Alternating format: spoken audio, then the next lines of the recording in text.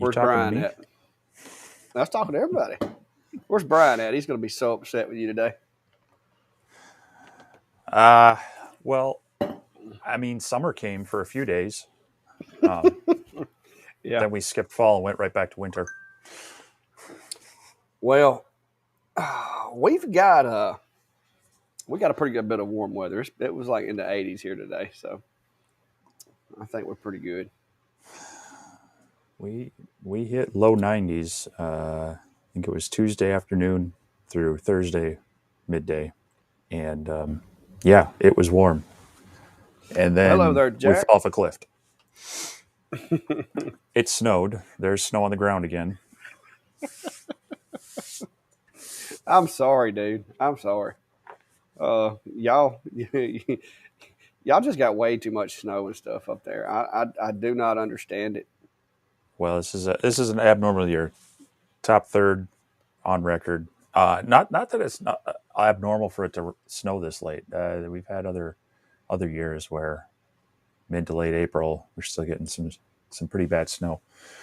But enough of that. I won't be seeing it in a few days.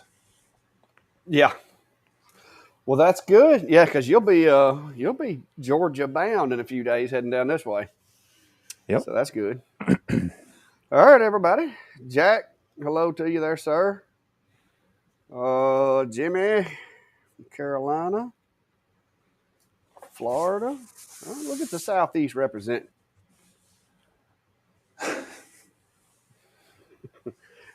Chris said he ain't got no snow over there in the land down under.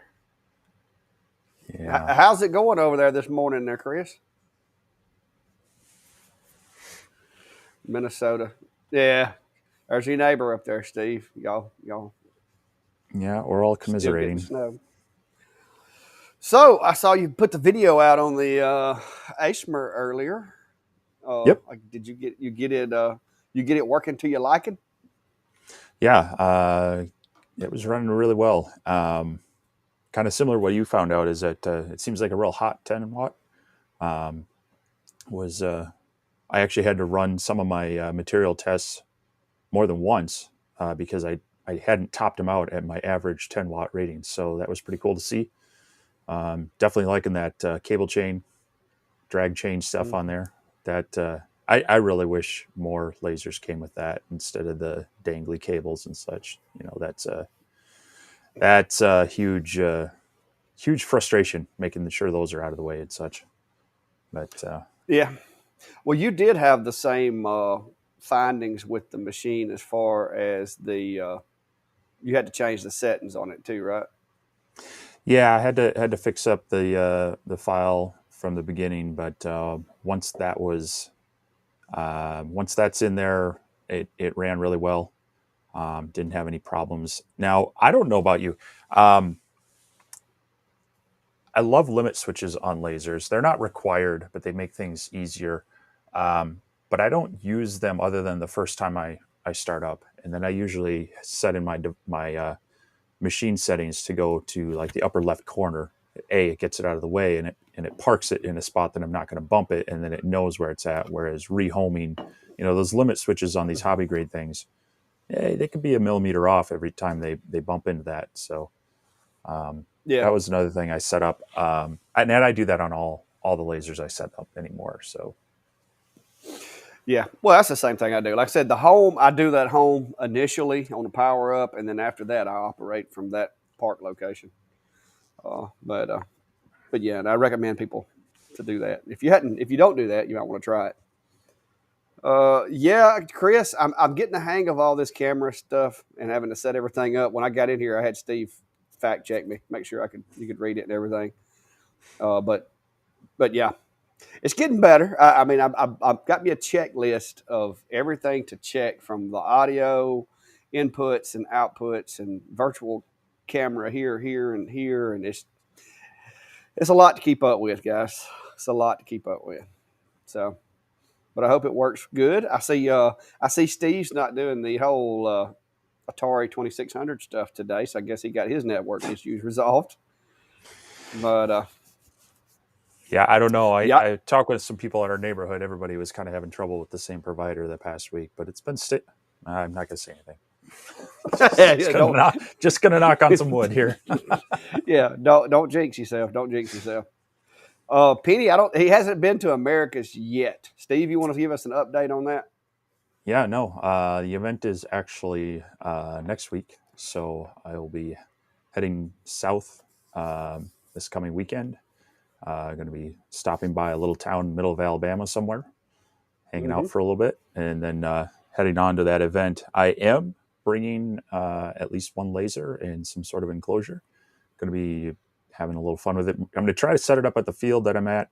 It's a model airplane event, so that's actually why I originally got into CNCs and lasers, was creating parts for model airplanes and such. So might have some fun there. Might have a video there. If the internet is nice enough, I might even just hop on live on my channel and say hey and show a little bit more about my other hobby and mixing it with laser stuff. But looking forward to that. Gonna try really hard not to bring the snowy weather with me, but could happen. Yeah, it's the middle of April. You're not going to bring that down here, I don't think. If you Yeah. do, it's going to be very, very rare. Jim, I went ahead and got myself. I'm one of those type that I'll put something in my Amazon cart and I'll stare at it for a few days and take it out. And it was a camera that I had been basically putting in my cart, taking it out like every other month. It's the little DJI Pocket. And the reason I wanted it was I've got a GoPro, and GoPros, they're good for a lot of things. But and then I've got my Sony ZV-1 that I use for making my videos that are in the shop.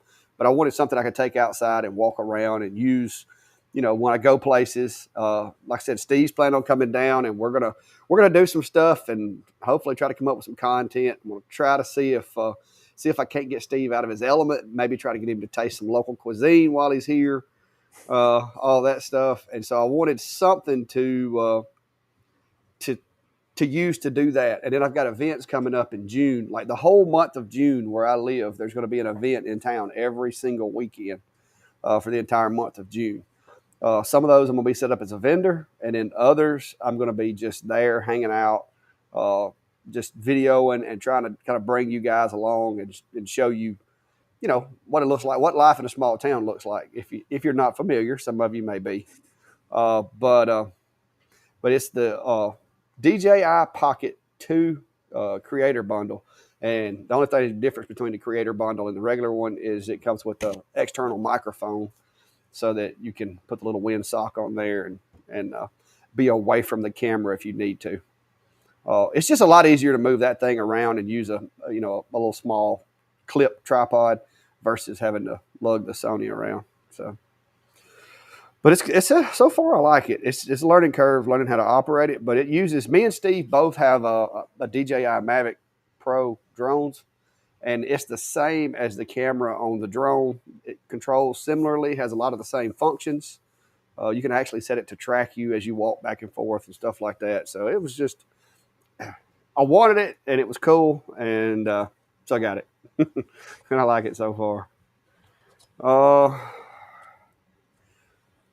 Dennis, that's actually not really trophies. Those are all machines that when I get slammed, I'll put those guys to work.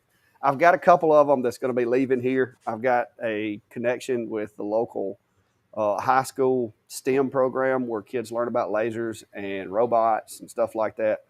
And I've got a couple of them that I'm getting an enclosure and a machine and everything together, and I'm going to donate to the school for them to use. They have a large CO2 laser, but they don't have any diodes up there. And I've talked to the teacher, and he said that would be something they'd be interested in. So I'm going to gift pack them some of those machines, but I keep those in case the ones I'm running go down, or if I got a table or something I need to do and I don't want to pull one out of an enclosure. But I had to put them up on the wall to get them out of the way. I'm limited on space.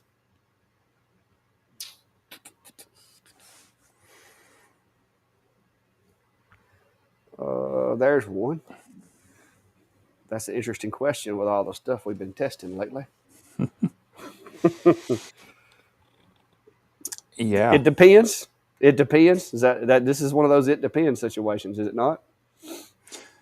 Yeah, I'd agree. It depends on if you're looking for a specific reason.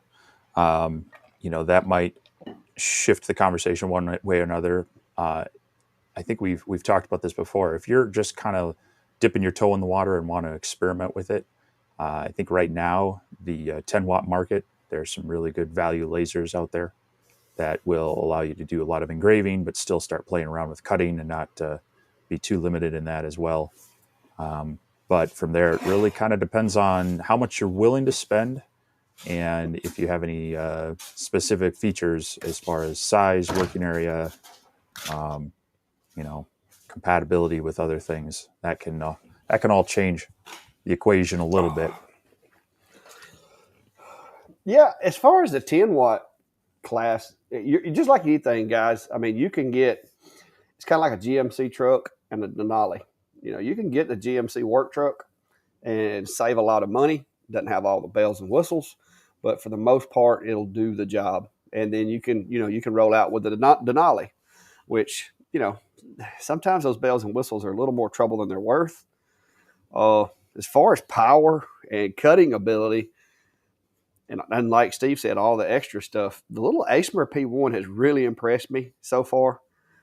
This longer that I've got back here, it's actually really nice, but it doesn't have limit switches. But as far as budget goes, that longer 10-watt is, I mean, it doesn't get much cheaper than that. So decide what your budget is. Decide what things that you gotta have. As far as if you've got to have air assist or if you've got to have this, and if you're going to do a lot of cutting, I definitely encourage you to work air assist and a good cutting surface, whether it be a honeycomb or something, into your purchase, like right out the gate. Because if you don't, you're not going to enjoy cutting stuff.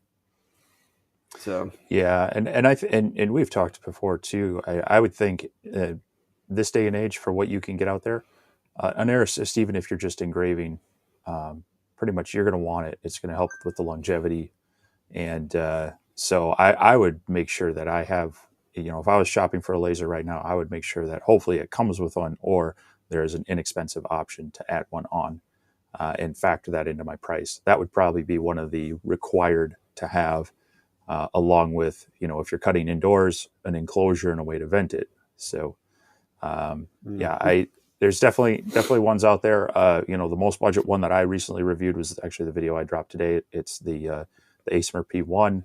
They've got a good sale going on it right now, and from what I've seen, it's a lot of power in the laser for a 10-watt.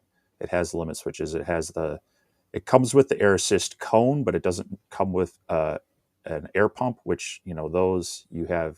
You don't have to stick with their brand per se. It's nice to get things that match, but you can get many options for that. Um, so um, short of that,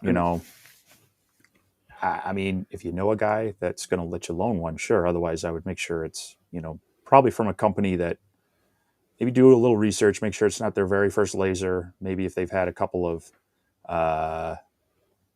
a couple of lasers, so they're showing it's not just a one and done. Because I've seen that as well, where a company will, um, whether they're working with the manufacturer or not, they have a rebranded something.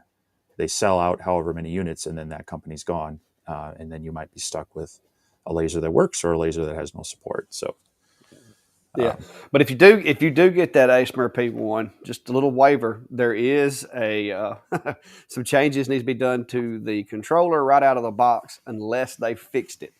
But you can message me or Steve, and we can send you the file. I've told Acer they need to change the programming to the controllers, but I don't know how many units they shipped out before I told them about it. Because I've had two people this past week message me that I had to send them my file. One of them was actually in like France or Germany or somewhere, and it fixed the machine, but they were really upset with the machine until they got it. So other than that, it's a good machine. My buddy Klein's using it, and he just did a job of tumblers because it comes with a roller and all that too. And he's using it right now, and he just turned out some tumblers with it, and it does a great job. It's an overpowered 10-watt, to be honest with you, in my mm-hmm. opinion. Yeah. Oh, it. And I thought it was just maybe the one I got, but you said yours is the same way. So Mm-hmm. Yeah. So the Acer L2. yeah. So yeah, they announced the Acer L2, which is kind of a next gen diode. It's got what was it? It has the auto focus, so it's Auto. got like a probe on it, so it will Yeah. go down, touch off on your material. So that's a very interesting add-on. I believe it has. Um,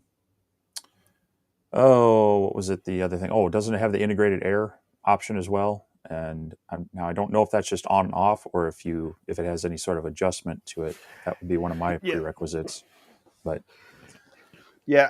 I don't know all the details, but yeah, I do know it does have the autofocus, which it stands to reason if it has autofocus, then it very well is going to have a Z-axis as well that you could adjust because to go up and down, it's got to have some way. I don't know if they're going to have it. They could have yeah, it no, limited it's by software, but yeah, yeah. I don't know but that it's going to be able to move during the job, but I think it uses like the touch off probe to set the focus.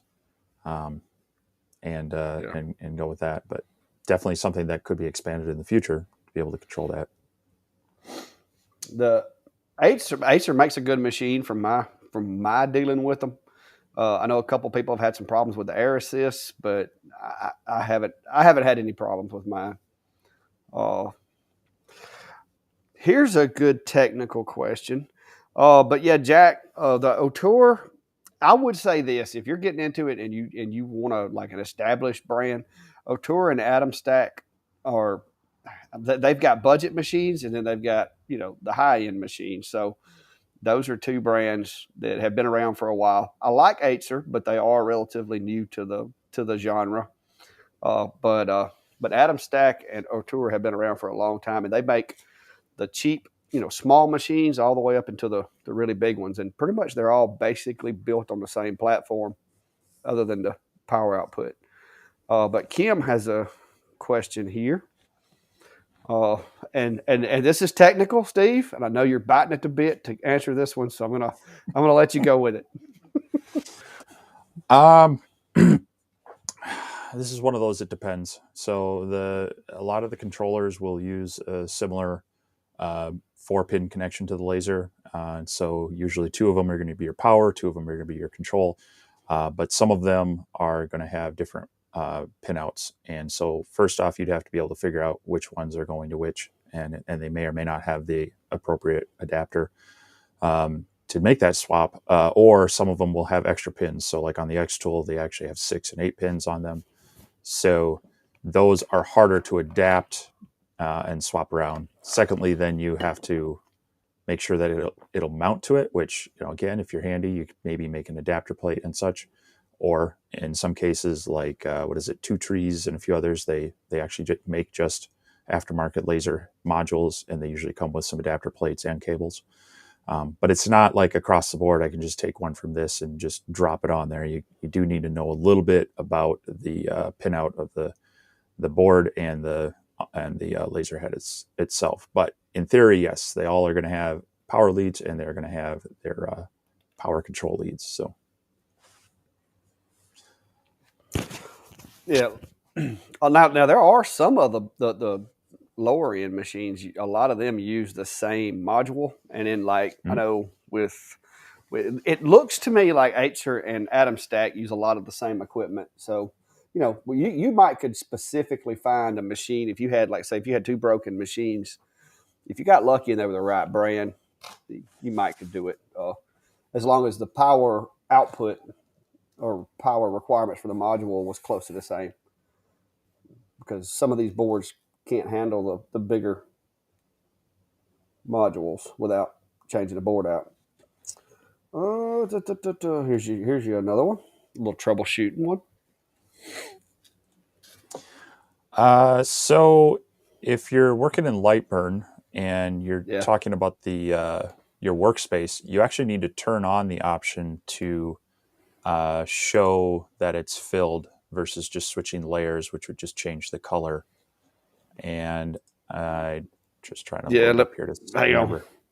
Um, Yeah, It's in the view settings.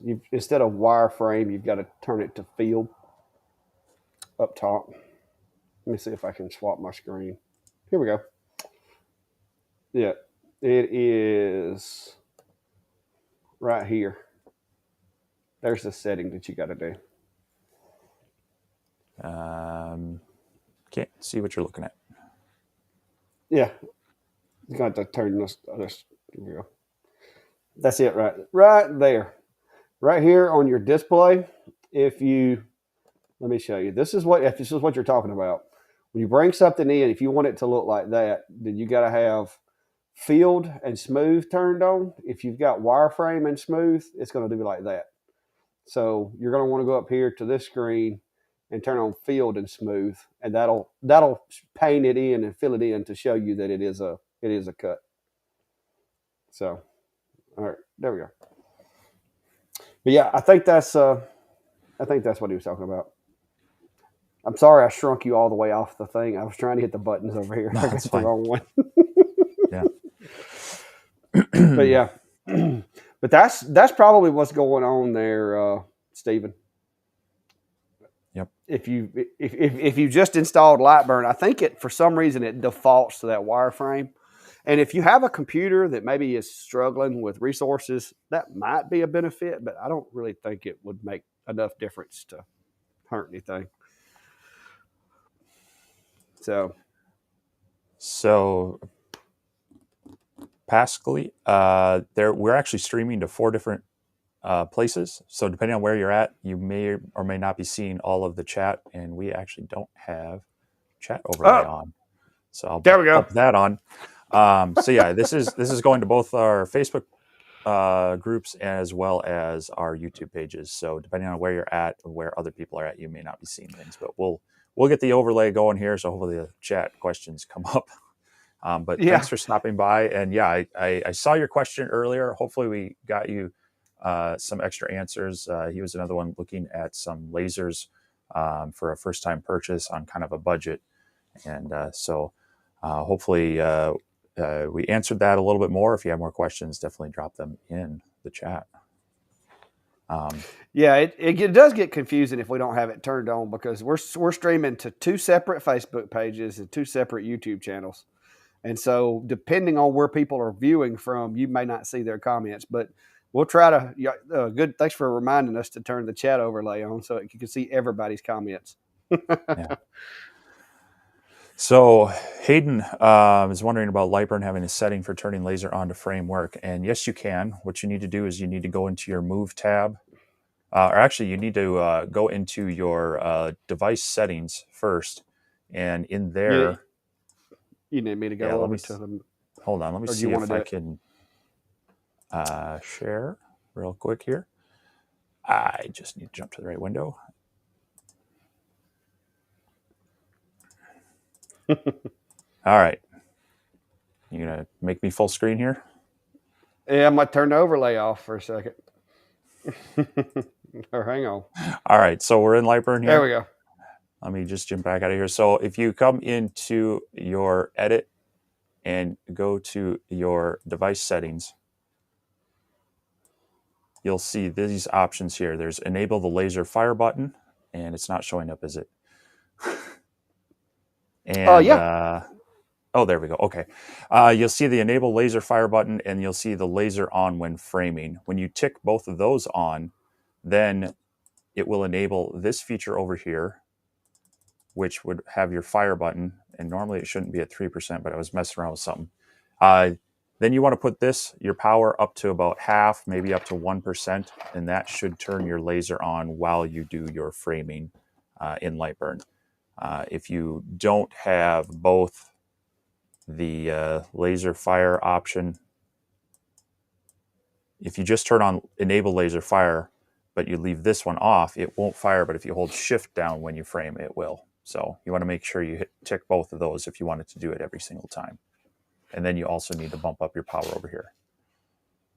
Yeah, and I would recommend, especially if you're getting into the 30, 35 watts, because I learned this with the Atom Stack, don't put it on 1%. Stay at like 0.5 or 0.3, because at 1%, that 35 watt will leave a line on your material.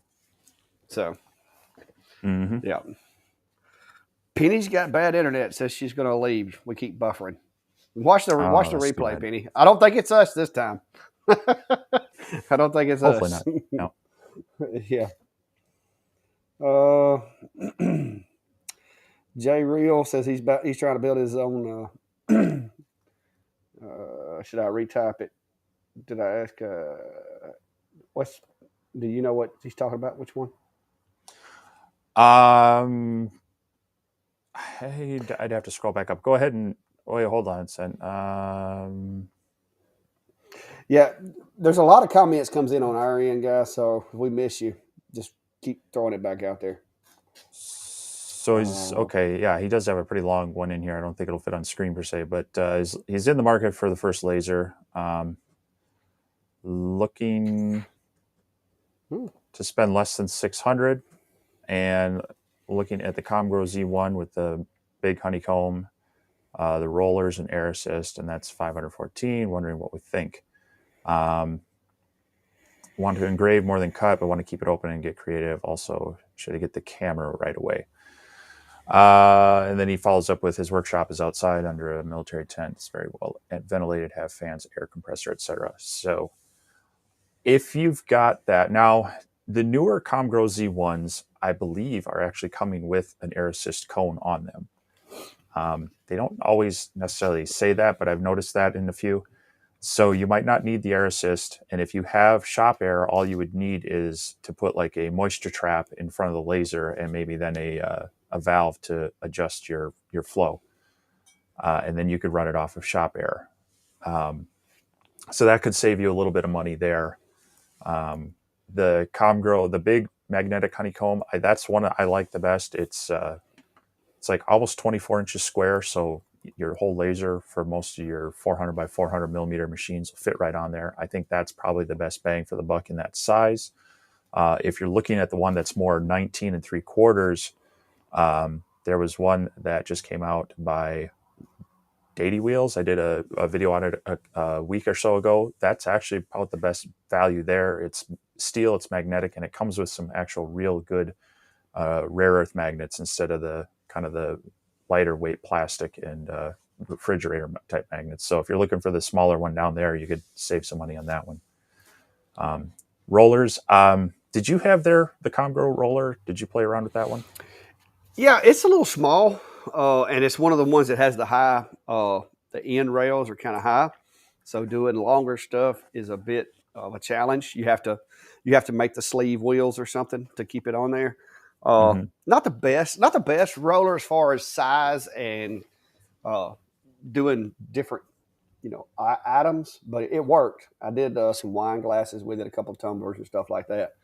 But it was a very basic roller. But I did have the camera. I think you had the camera too. And the Yeah. Z1, the Z1 ran good for me. I liked it. I didn't have any problems out of it. Matter of fact, my brother's still using it, so it's still a decent machine as far as the 10 watt. And if you really want to step it up, the 20 watt module that they make for it, it unlocks a whole new level of that machine. It does shrink your workspace, kind of like the X Tool module. When you add that module, you don't expand the frame, therefore you lose about 20 millimeters or so of workspace. But if you're looking for power, it's if it may be worth that trade off for you. Now the Z1's default working area, that's a little bit under 400 square, right? If I recall right, it's a little bit smaller. Don't make me lie. I want to say it was I'm wanting to say it was right at 400 by 400. Give me just a second, and I'll tell you. I was going to say that might be one of the only things. No, it is. It's 400 by 400. So I take that back. I was thinking it was. Because like some of the other ones are 420 and 430, but it's a 400 by 400. Yeah. So yeah, no, I agree. It was a really good machine, and I think it's a decent budget machine that's got some good with it for the value. My only question with them is, they came out with the 20 watt module mid last year. mid to late summer, and haven't really seen anything new from them recently. So I'm kind of curious what they're up to with it. But Well, I don't know, but I kind of think them and Creality are like in cahoots because because the Creality, a lot of the things that you see in the Creality looks like it may have came from Comro. So I don't know, but I'm like you. You would think they'd have came out with the Z1 20 watt and maybe expanded the work size, but they may have found something that they like and it works and they're just sticking with it. Who knows? sure. Oh, let's see. I saw another question somewhere. Well, you got one up on the screen here. Yeah, but I saw another one too. Well, you haven't answered the one on the screen. Yeah. Software squaring to be off. I saw the error. Error assist shouldn't cause your squaring to be off. I'm not following on that. What? I'm guessing this is an X tool, D1 5 watt. Yeah, it says X Tool D1 5 watt. Installed error assist, squaring to be off. Oh, maybe she's talking about he.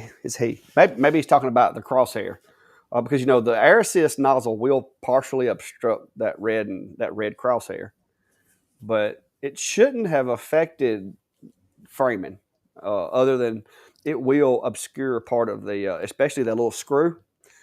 The X tool, when it's bad, they put that screw right in front of the red laser, and so that screw will actually block the laser light from the framing laser. Maybe that's what they're talking about. Oh, yeah, he says it blocks it. Yeah, the crosshair. So, if it's the old style, I think it has 2 screws on there. You could technically leave 1 screw out and just do your squaring and your framing with the one in there. I just disabled the crosshair. I went to using the power on laser framing and I used it that way after putting the air assist on. So I think those are kind of your 2 options on the original X Tool D1. Okay. You can also, if you can go online and you can order a pack of grub screws. Oh, there you go. Replace that. I don't know why they used a Phillips head screw or like an actual headed screw, but you can go online and buy you a pack of grub screws and take that screw out, put a grub screw in there that does not protrude outside the air assist cone, and it'll be back like it normally would be. And I got a pack of them somewhere over there, but I was going to show you, but I can't find them. So, but that's the third option. But it really doesn't need. Yeah, that's a good option too. Just to replace that with the grub screw. It's probably a 3 millimeter. Don't make me lie. I can't remember. Okay. Well, just making you guess. I can't remember. I can't remember. I don't want to say it. Then somebody order a pack of them and be like, "You told me it was a 3 mil." Well, that's my hobby stuff. I just order a pack of metric grub screws, metric socket head stuff, and try to keep them on hand. But I play that's what I would. Use them, so. Yeah, and that's what I would recommend, because if you have it already, it's a matter of time before you're going to lose one of those little grub screws. So it's not a bad idea to go online and buy a pack of assorted metric grub screws. Mm-hmm. Like $2 or $3 for 20 or 30 of them probably. And just put those in your toolbox so that when you do lose one, there's a good chance you've got another one. Somebody else agrees with me. They think because I think Comgrow and Creality are in cahoots. Well, there's a lot of places that do sell Creality gear and or have taken that whole Ender design. So it's hard to say, but they definitely have some connection with them. So Kim's asking about Lightburn. Is it easy program to run? Is it a G code or just for cutters and engravers? So Lightburn was made specifically for laser engravers. However, it adds in a bit of design software. So if you've used CAD or if you've used graphics software with using layers for part of your design, it pulls in part of that. And so there's a lot of people who will learn Lightburn and then they'll export from Lightburn to another CAD program or another cutter type thing. So some people will prototype. I know people with like plasma cutters for metal, and they'll prototype in cardboard or plywood off their laser, and then they'll take their file out of Lightburn, export the DXF, send it over to their plasma cutter, and then cut the real thing in metal. So it's designed to run lasers, and that's kind of where they focus. But you can export export your designs out in most vector formats and such, or Illustrator and others. So there are 3 different versions. There's a G-code version, which is what works on most of the diode lasers that we have. There's a Ruida style for a larger CO2s, and then now they've added their fiber. And so there's different levels to the licensing. The nice thing is they offer a 30-day free trial. You can try it out, make sure it works with your laser, make sure you understand it enough and want to use it. And then after that, for the G-code version, it's $60 to purchase it, and that gets you 1 year of support. After that, if you want to continue to get updates, you then pay, I think it's $30 a year. But you don't have to. You pay the $60 up front, and it's yours to use on whatever version they come out with within that year. Then you can choose to upgrade or not. And then it goes up from there. I believe the Ruida one is something like $120 to purchase, and then I forget what the fiber add-on is. So it's very universal. A lot of the lasers use it, are compatible with it, unless you get into the real high-end ones, and then they tend to have their proprietary software. And so if you're kind of in this consumer hobby, prosumer grade of it, the nice thing is you learn it. A lot of people use it, and then if you switch lasers, you don't necessarily have to relearn your software. Yeah. Pascal's asking, how is the free version? Pascal, it's an unlimited free version. Like if you download it, you get every functionality of the software for 30 days. And at the conclusion of that 30 days, you're going to have to, buy it or not. But there is no restrictions on what you can do with it during that 30 days. And I recommend everybody try it for 30 days before you buy it. If nothing else, you get a month free. If you buy the year license, you buy the license, you get a year. But if you use that 30 days, then you're technically getting 13 months for the price of 12. So within 30 days, you'll know whether Lightburn is for you or not. It's not bad. Yeah, and as Chris says here, they only charge for the difference when upgrades. So if you move from a G-code version with your diode and decide, hey, I'm going to get a CO2 laser and you need to upgrade, they only charge the difference. And in addition to that, they give you 2 licenses right off the bat, so you can run it on 2 different machines at the same time. And if you ask really nicely, they'll add a 3rd on there as well. And then you can deactivate and reactivate as needed if you move machines to a point. I think they limit you to a certain number of those, but they're very giving with this software. They're not milking every penny out of it. And quite frankly, as far as CAD CAM software goes, it is really inexpensive compared to other things in the CNC world, or if you've ever priced out AutoCAD or some of the subscription-based things for some of the other CNC machines. $60 upfront with really no other commitment for the base version of their software is a pretty good deal. So, yeah. And like I said, so far, I haven't found anything. I've quit using any other software really for designing, even logos and stuff. I make logos in Lightburn and export them now. So that's my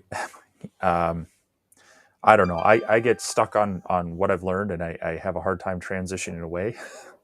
And so I'm still used to designing in CAD or in Illustrator and then importing it.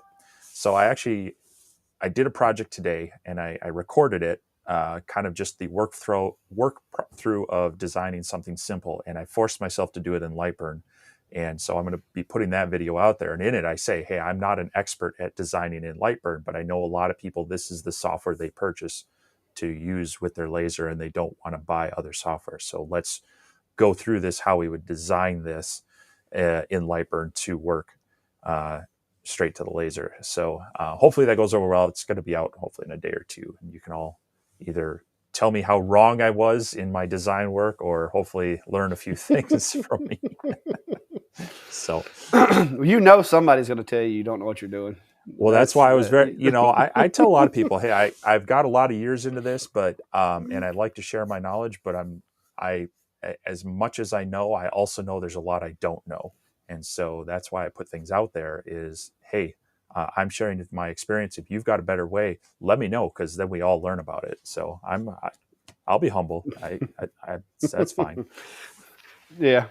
Lightburn does not work on that I'm aware of, unless Steve knows of something, on mobile devices. It is Windows and Mac only, Yep. to my knowledge.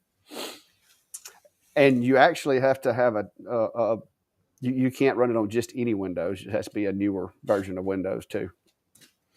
But you can go to the system requirements and look. But I had an old Windows 7 machine that I tried to use, and that didn't work. Oh, Photoshop just laughed at me when I tried to install it on the Windows 7 machine. The longer, I haven't had that issue. I would check the firmware, make sure the firmware is up to date, and maybe I guess that would probably be about the only thing would be the firmware and just the communications with Lightburn. Yeah. So, the thing is with a lot of the GRBL controllers, it's streaming the information to the laser. So the computer can sometimes, it gets the job ahead of where the laser's at. And then it's the laser's holding that in memory. So that's where you kind of get the difference between the job time in Lightburn versus what's going on the laser. Now, if it's finishing, if it does the entire job, great, it's done. But if it's getting held up, or your machine stops, then it might be time to look into the USB connection, or however you have it connected, to make sure that nothing is going to sleep there and interrupting that connection, because they don't like to interrupt that stream of information going between Lightburn and the computer, or the laser. So Yeah, the USB ports could be going to sleep if it's a long burn and then it's not receiving data back from the yeah, machine at the completion. a lot of laptops in their power saving mode, they have that set up to where you got to turn off the sleep settings for not only the screen, but the USB ports and such like that too. Yeah, Windows 10 and Windows 11 have way more power saving consumption settings. And I did a video on how not to let your computer go to sleep. If you get to looking for that, it'll kind of show you where to go and what needs to be done to make sure that doesn't happen, because it can actually interrupt your burn, but it's a good thing if it doesn't. So, So, Mark, unfortunately, Xtool does not allow other softwares to write to their controller. Any changes you make with that have to be done through XCS, and I haven't played around with XCS enough to understand if they have a calibration value adjustment in there. So I'm not the person to ask on that, mainly because I got it set up with Lightburn and rolled with it. So, but yeah, that's the same thing. If you're trying to make any changes to, like if you extend it, you actually have to go into XCS and make the change there, versus doing anything through reading it from the controller and Lightburn. It won't let you actually write to it. So yeah, and that's one of those situations where, like we talked about before, if you're somebody that likes to tweak with your settings and tweak with your controller and manipulate, maximum speeds and all that, accelerations and stuff, Xtool doesn't play well with that. You might want to stick with the Atom Stacks and the Acer's of the world. yeah.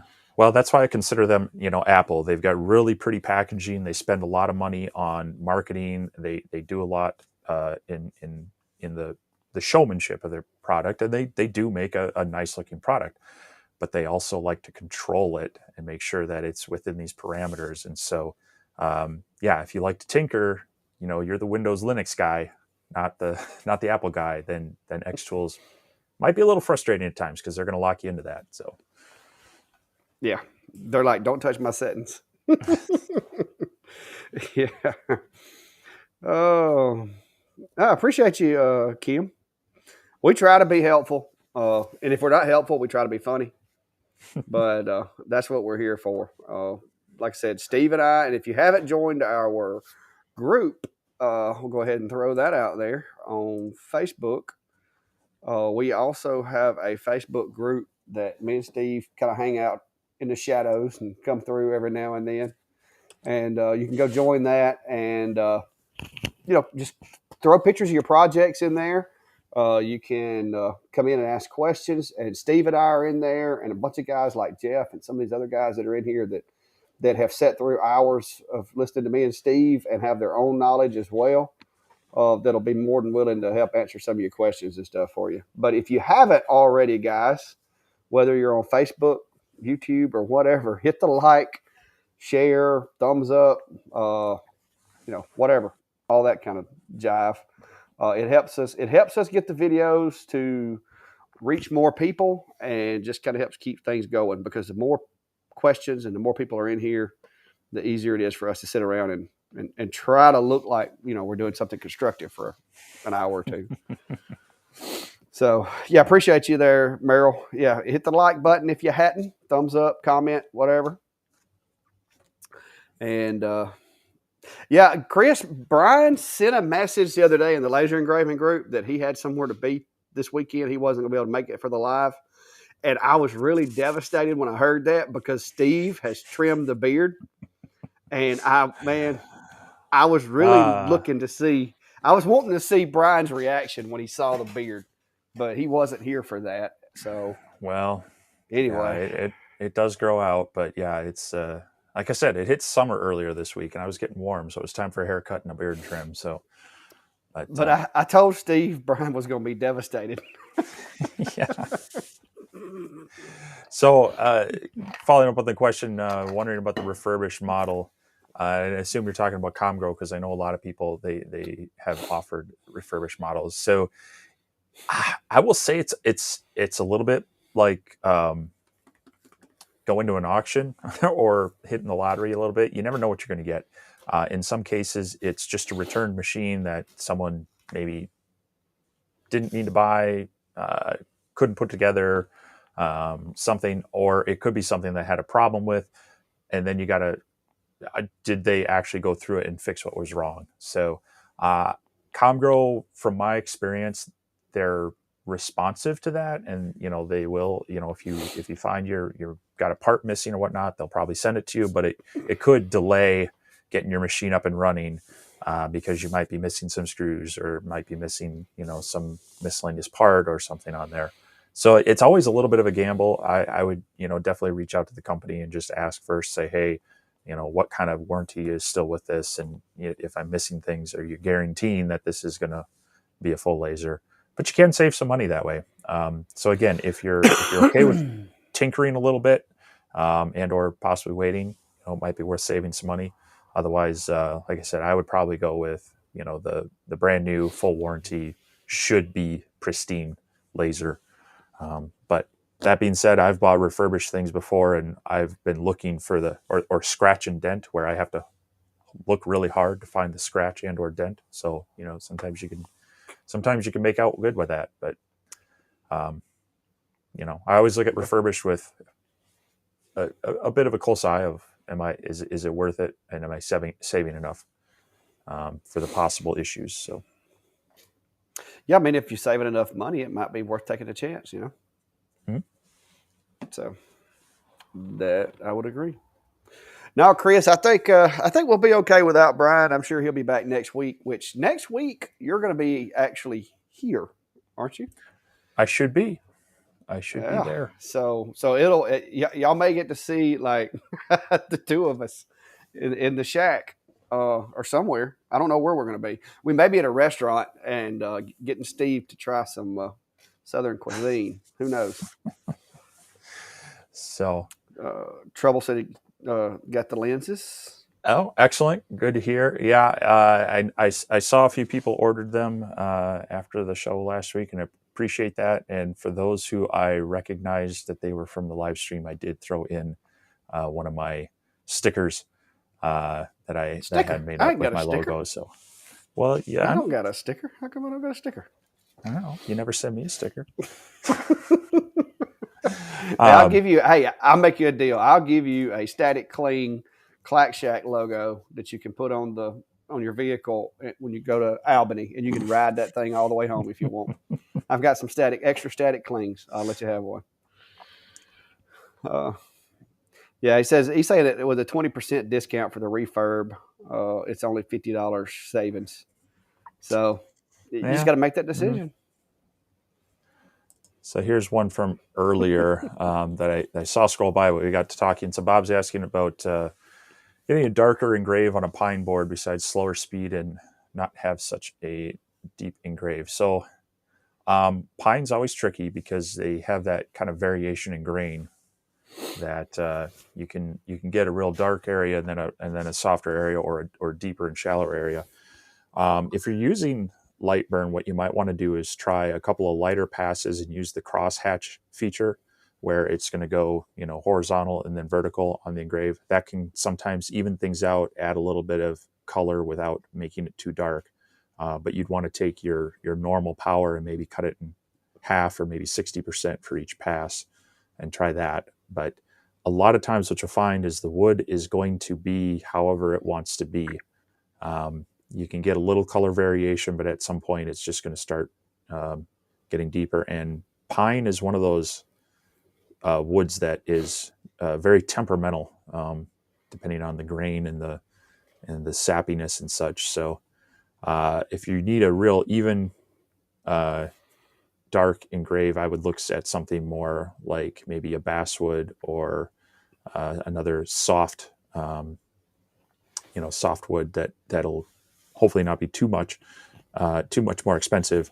Trying to think of the couple others I've used, but poplar. Poplar's one. Although there you can get anything from real white to a purple green look, which can be good. But those tend to have a little less. It goes away. Yeah, those can be a little more balanced in it. So, cedar's a good one to get dark burns, as long as you get the red, the darker part of the cedar. Mm-hmm. I have found that LPI can make a difference with pine. If you turn the LPI up, you can get a little more black. Kind of the same effect as what you're saying with doing a double hatch. Just because you're marking over where you've already marked, and so it does seem to make it a little bit darker. But I do a lot of pine and spruce and stuff with my stove covers. Now, if it doesn't need to be hardwood, one thing that I've found and a couple other friends have found is that if you get an MDF core plywood, the MDF engraves really nice and it doesn't cut as easily. So if you can set up your laser to just engrave through that, whatever your veneer face is for that plywood, and then just engrave that MDF, it leaves a really nice contrast there. So that's another thing to look at, depending on what you're going with. If plywood's out, that might not work for you, but just something to play with as well. There you go. There's you. I haven't done this one, so I'm gonna let you look at it.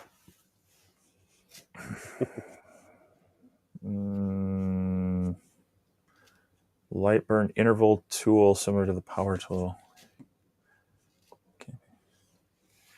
It's a little interval test, I think, he's talking about. I've never used it. Yeah, I haven't played around with it much, but I know it.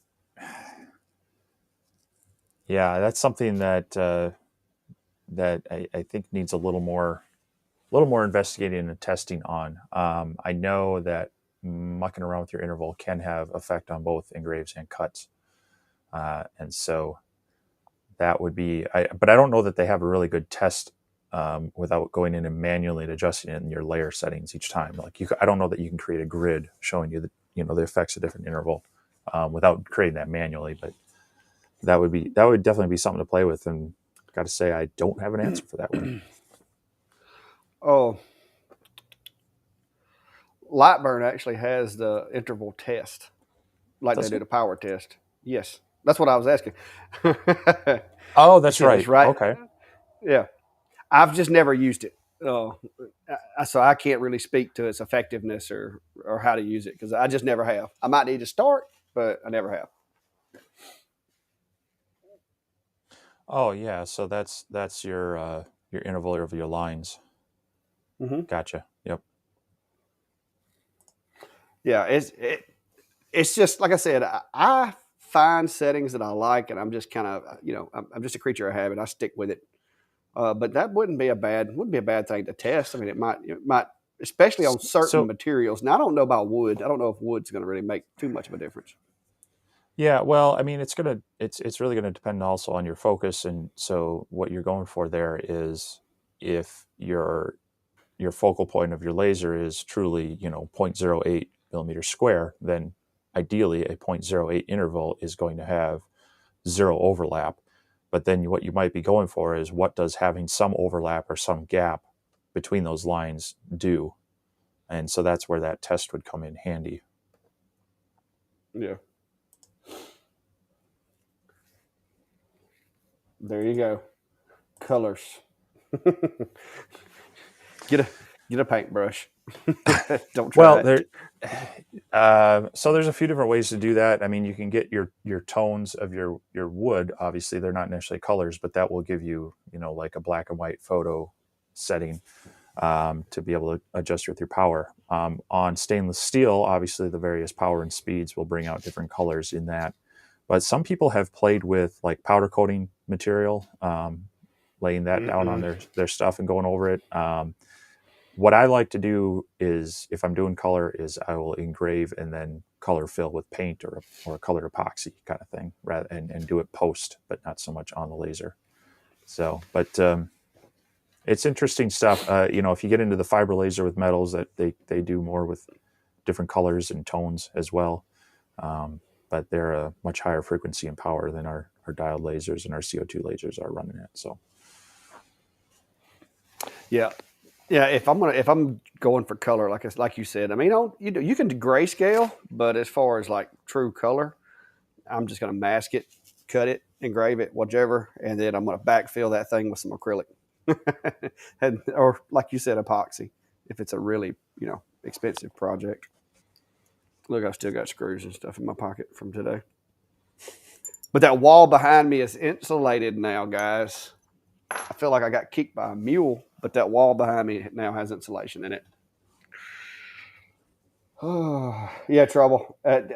My theory is if it works, don't be trying to work on. Don't be trying to fix it if it ain't broke.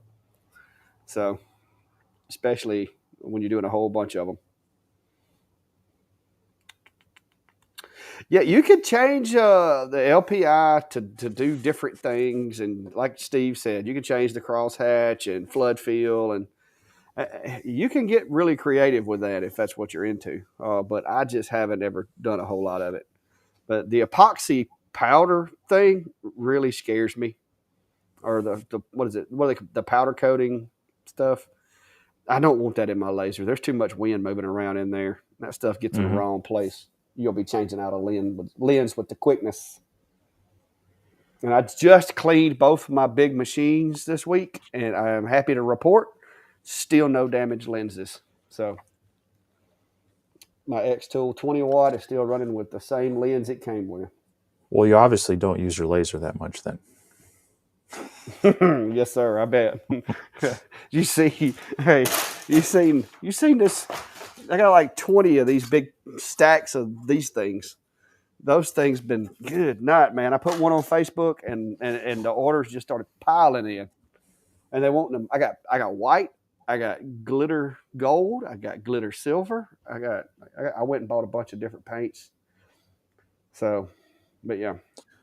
Yeah, so I like as far as that, putting down the masking, engrave through that, then you can paint over it, peel off the masking, and then I should back up, do the engrave, seal it, do the painting, then peel off the mask. Otherwise, you can get some bleed through. But yeah, it's there's a lot of things you can be creative with the material and such in the tools.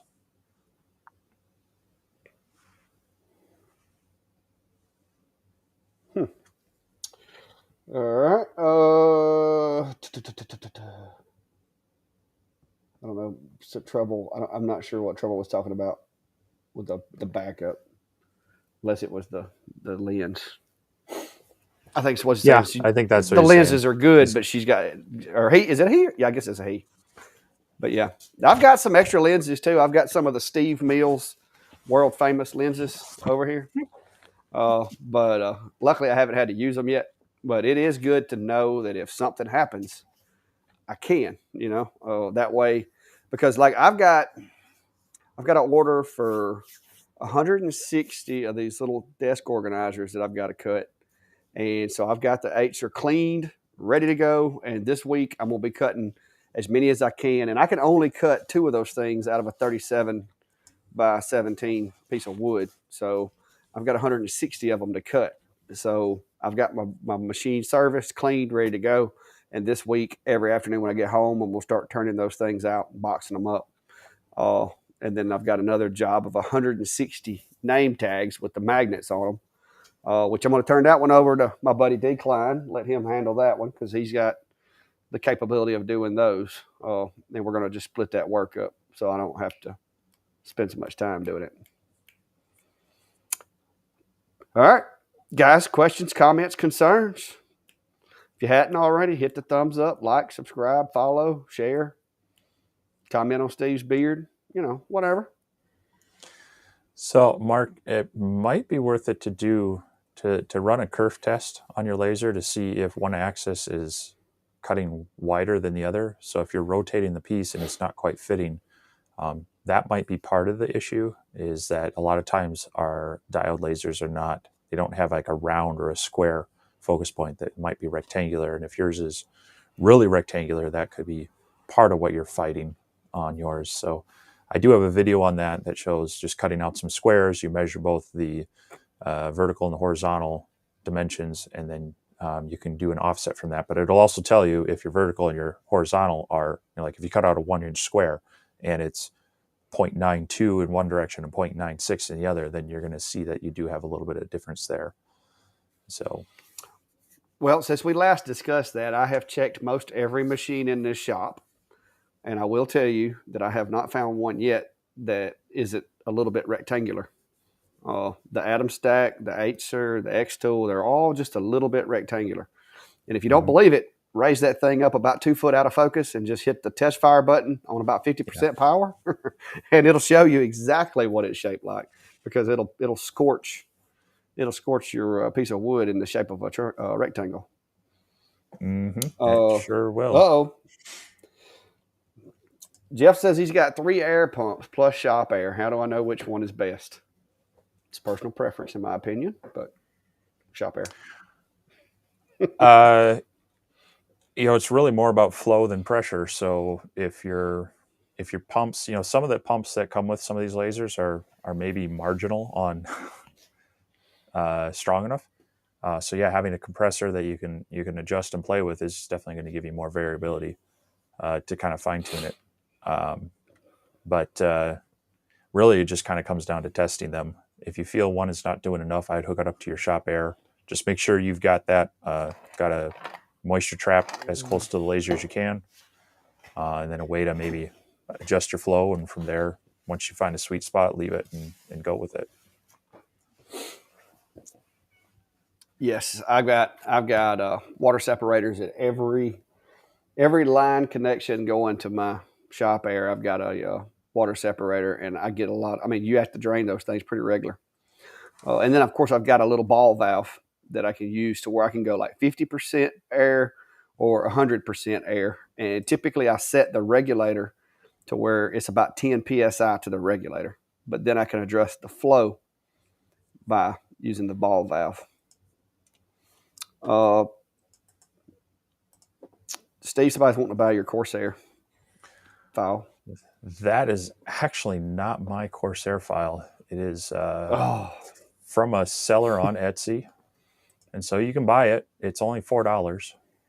I should really add that to the description of that video. In fairness, I thought I did, but hey, whoever's Etsy shop that is would appreciate that.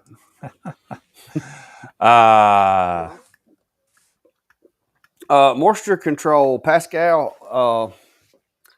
What we're talking about on shop air, it's not as well. I mean, it could be an issue with a pump, because when you compress air, and it tends to get moisture molecules pressed out of it, and then it will be in your air lines. And if you don't separate that before it goes through the machine, you can end up basically spraying water on everything. So you want a water separator to get the water out of the air before it goes through your machine. And I was going to try to show you guys what I use.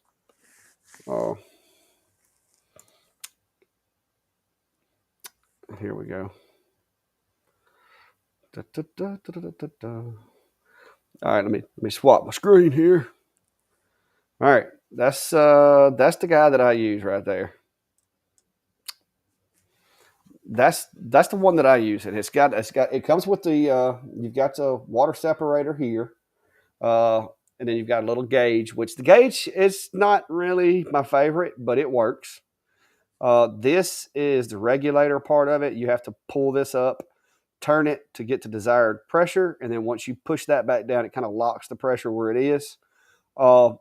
And the valve just kind of goes in here, and then straight out of there, I put one of the fittings that goes directly into the black 1/4 inch line goes in here. This is not used. I do not use those. Now, if you have an air setup, you could actually use this for your intake if you wanted to, if you have quick connect setups. But yeah, but that's what we mean by as far as like keeping the moisture out of your air. So that's that. And it's only $22.69. I forgot to mention that. On Business Prime, it may be more than that on normal Amazon. Because I have found that the Business Prime, I didn't think it was, but apparently Business Prime is a little cheaper. Yeah, on some things they are. Yep. So. Yeah, Pascal, it's rough when you live in the rainforest like we do here in Alabama and Louisiana, because there's moisture everywhere. Like I think it's like 80% humidity here today. And especially, like I said, compressed air is just notorious for that. Most air compressors have a water separator on them where the outlet is from the compressor, but it's not gonna catch it all, and you're still gonna have some condensation in the lines as it moves through the lines going to the machine. So I've got 4 of these water separators and regulator setups. I've got one on my testing table, which is here, and then I've got one on all 3 of my other machines. And like I said, about once a week, I'll go through and push the little button to let the water out of it, and it'll have, maybe just like maybe a 1/4 ounce of water in those things. I try to drain the compressor itself pretty regular, but I forget and wind up getting even more water. Yeah, and if you get water in that lens while the laser's firing, you're going to find yourself with a cracked lens really quick, and so that's why you want to do it. Oh yeah, not to mention, could you imagine if you were spraying wet water on ashy laser residue? You would have like some black stain. It almost be like chalk paint. I'm not going to say I've maybe witnessed that, but yeah, Oh, it's interesting. Look like you took some black tempera paint and sprayed it on there. Yeah. Oh, so there you go. No, my bad. Yeah. So the pointing people towards the X tool or the Atom, I assume you're talking about the new 30. That's a tough one. So the X tool is a nice machine. One thing about it is it's a little more compact than the Atom Stack machines. It's not as tall, and they also have some fan regulation in there where it based on power usage and or temperature, it's going to run the fan on the module, and if it's sitting idle, it actually powers down to just a low fan, which is nice if you're doing things in between jobs and you don't want this kind of whiny fan running on you. But as far as capabilities and functionality, they're both nice machines. They both they've been around for a while. They both have a lot of options for expandability and such as well. So I think, at that point, unless there's a feature that they really like about one or other, maybe they want one that looks like Iron Man, go with the X-Tool 20 Pro with the red and gold. Otherwise, check the price and availability. That's probably going to be between those. They're both fine machines. So, okay, I'm not sure if I should say thanks, but thanks, John. Well, made him break out the sounds. Hey, I couldn't help it. Brian's not here, man. I got to do what I got to do.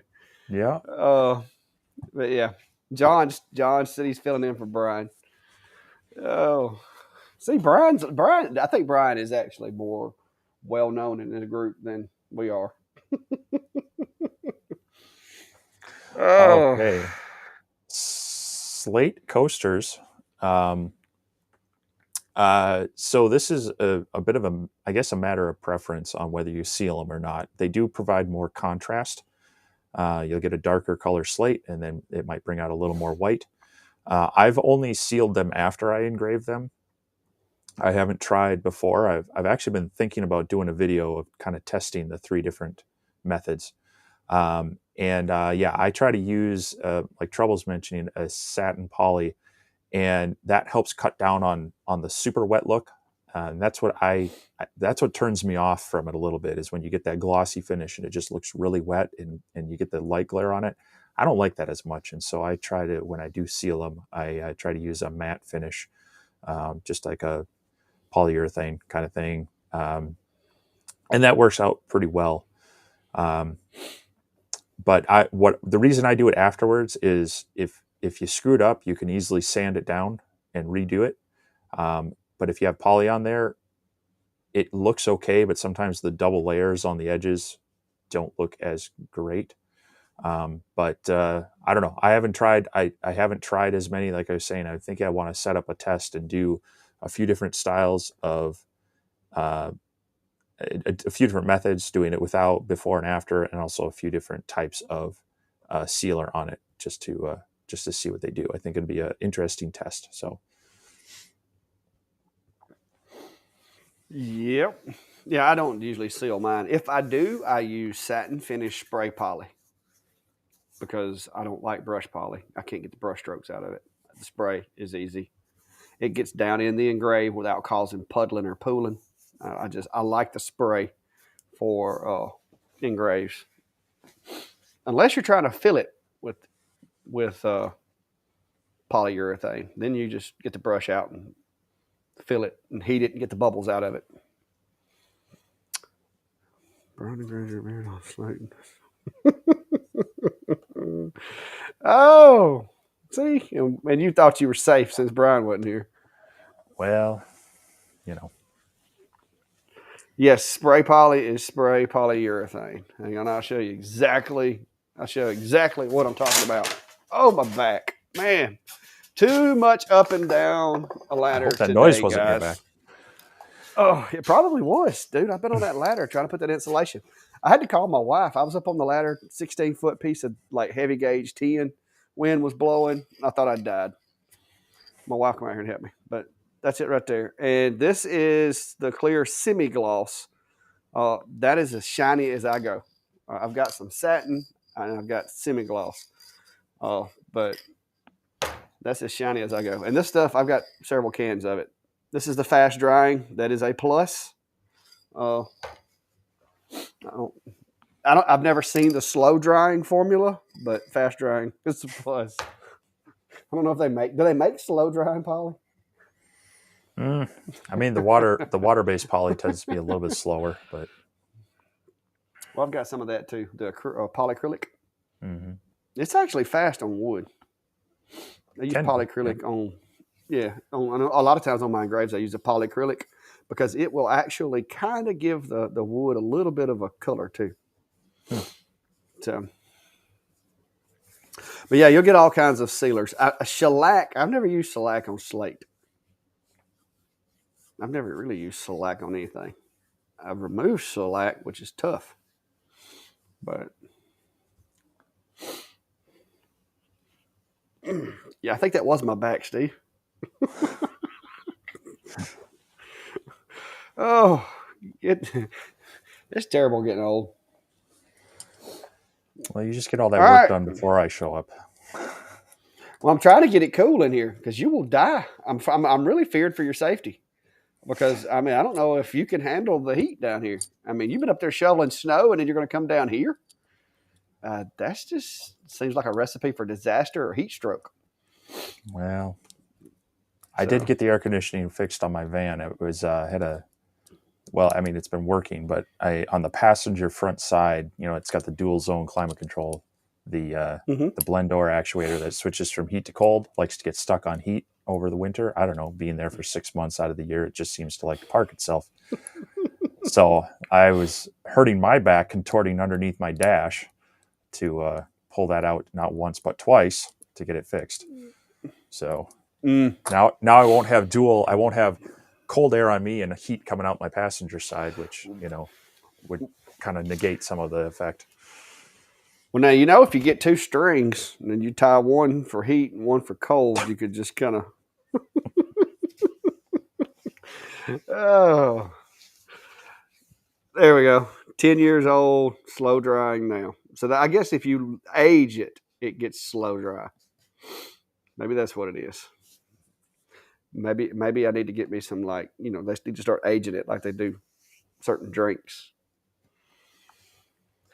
All right, guys, y'all slowing down on the questions. We're going to just start talking about beards, and I'm going to start playing funny noises over here because I've got some more noises that I put on here that we haven't got to use yet. Is that tumbler got anything engraved on it yet? This, yeah, this is from my buddy Chris. I had a glimpse inside, and yeah. he's Yeah, he's the one one that of he's the one that has all the Baltic birch, right? Yep, he's got the Baltic birch, and he sells maker packs of that specifically fit into dialed lasers, 15 by 15. I think he sells 12 packs for somewhere around 30 some, $40 some and ships it out. So that's one of my preferred mediums to use. I've been using this since my CO2 days and such. So definitely go check him out. I will hopefully be stopping by his place on this trip as well. So you'll probably see some stuff from him or from his shop on my channel in the coming weeks or so as well, because he's a fun guy and a good maker. So I should get that. Greg, actually, yes. Our department we did away with. Now keep in mind too, it helps when you're one of the people that helps make the policies. But we did away with the whole not having a beard thing. We have, as you know, there's a lot of guys that are coming out of the military that want to get into law enforcement, and beards are kind of important to them, as well as tattoos. Over the years, used to you couldn't have tattoos that were visible and work in law enforcement, but because you've got society has changed, and some things that used to be unacceptable are now acceptable. We've kind of relaxed that policy, as long as it's tasteful. We still don't allow, rude or obscene things on tattoos. But and as far as the beard is, as long as it doesn't just get crazy, there are limitations, but we're very open to it as long as it's within society's norms, I guess you could say. Now, if somebody showed up with like one hanging down to their gun belt, probably not. It could be a safety issue, but we try to make it comfortable for the guys. And most of the people we deal with nowadays here in Alabama have a beard, so it's like if you don't have a beard, they don't think you're from Alabama.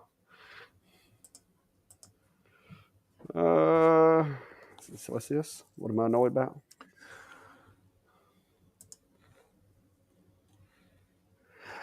No, I don't. Yes, who? I don't know who this is. I don't really actually remember.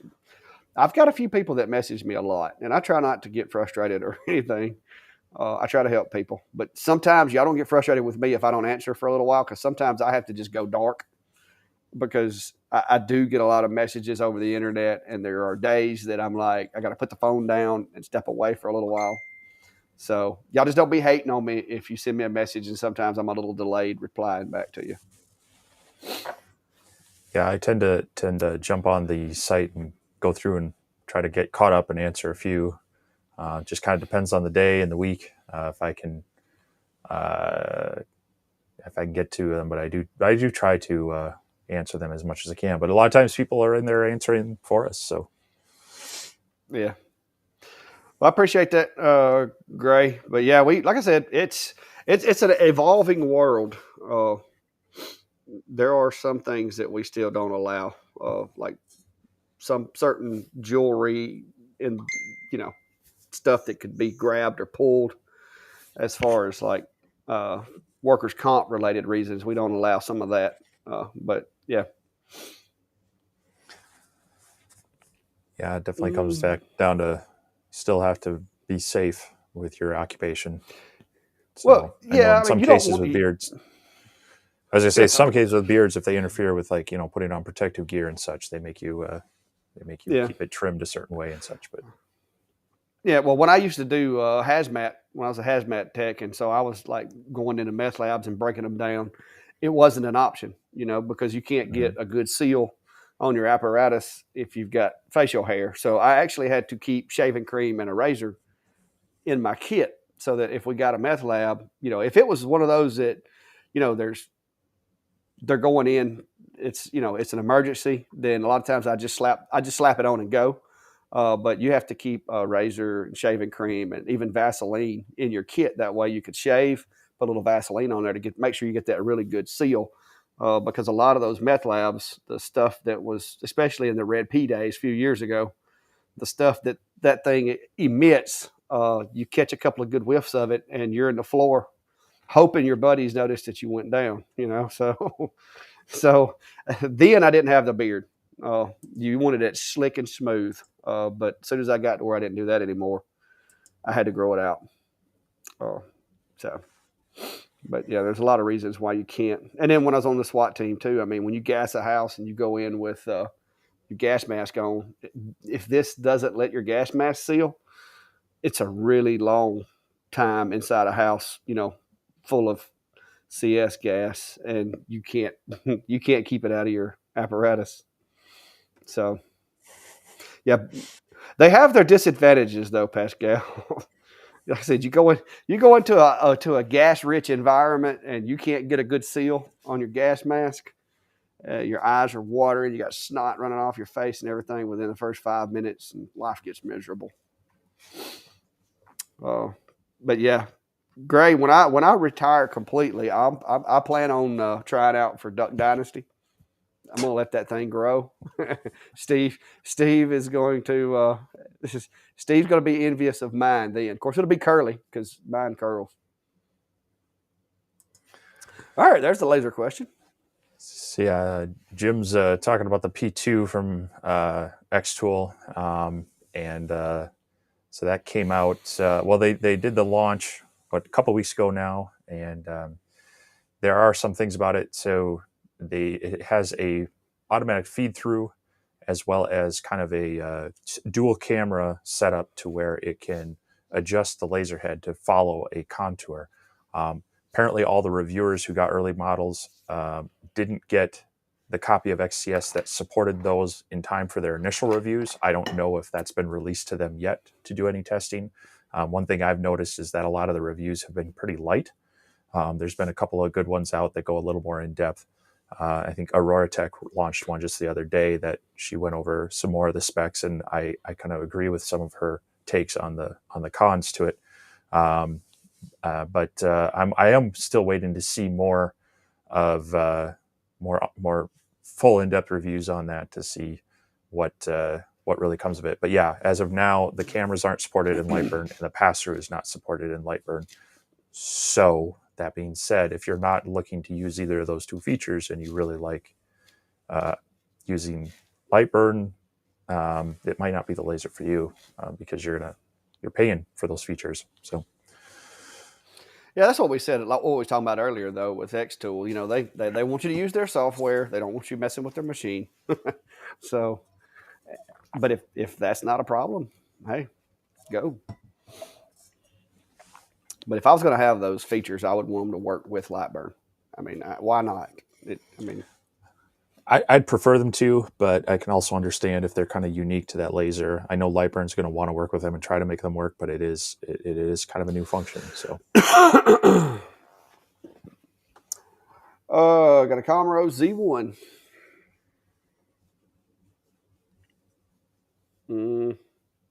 I think he's saying that he tried the USB stuff. The only other thing, make sure your firmware is up to date and your settings in Lightburn as far as the communication are correct. What else can you think of, Steve? um, double check your USB cable, I guess. Make sure that that's decent. I've had some. I just chucked one out today. As a matter of fact, that I noticed that it was intermittently connecting with one device. It would be fine with certain devices, but another device it would intermittently connect. So, um, yeah, it could if you've checked the USB control functions, and I would also double check your firmware. At that point, it could be something with the board. USB connections are pretty straightforward. So new USB cable on different laptops. Yeah, so I had a similar issue early on with the Ortura LaserMaster 3, and they actually a number of people did. They ended up issuing a firmware update because of it, and that kind of took care of it. But if you're doing different laptops, I mean, when I had that problem, I even tried between Mac and Windows just to make sure it wasn't that kind of thing. But yeah, there's not too much more to troubleshoot on that, unfortunately. Yeah, Have to send. yeah. Sounds like he's pretty much run the gamut, except for maybe the firmware. Like I said, I would definitely check the firmware. You want to take this one? Because you do actually, I think you do more masking than I do. Yeah, so I will use masking tape on like on pre-finished items. So I did a coworker of mine wanted a couple of pocket knives engraved, and they had walnut handles on them, and they were pre-finished. So I didn't want to have to do anything uh, extra to damage it. I wasn't sure that the staining would come out because it was more of like an oil finish. It wasn't like a hard finish, so I really didn't want it soaking in. So in that scenario, I did use some masking to make sure that I didn't get anything outside of the actual engraving area. If it's raw wood and I know I can sand it, or if it's finished with a harder finish such as poly, then I might not use it, because then you should be able to just wipe it off with some alcohol, and or if it's raw wood, you can just sand it off. But anything where I'm concerned about the overburn, that's where I'll mask it. You know, on my CO2, I've done it on clear acrylic because I didn't want anything on the. I wanted to keep the clear acrylic clean. I didn't want to have to use any cleaners on it to mess or clean up any mess afterwards as well. But I don't use it a lot. But in cases where it's a pre-finished item that I want to take some extra care with, I'll do. So. Yeah, if I'm going to be backfilling or spray filling or anything like that, that's about the only time that I'll mask.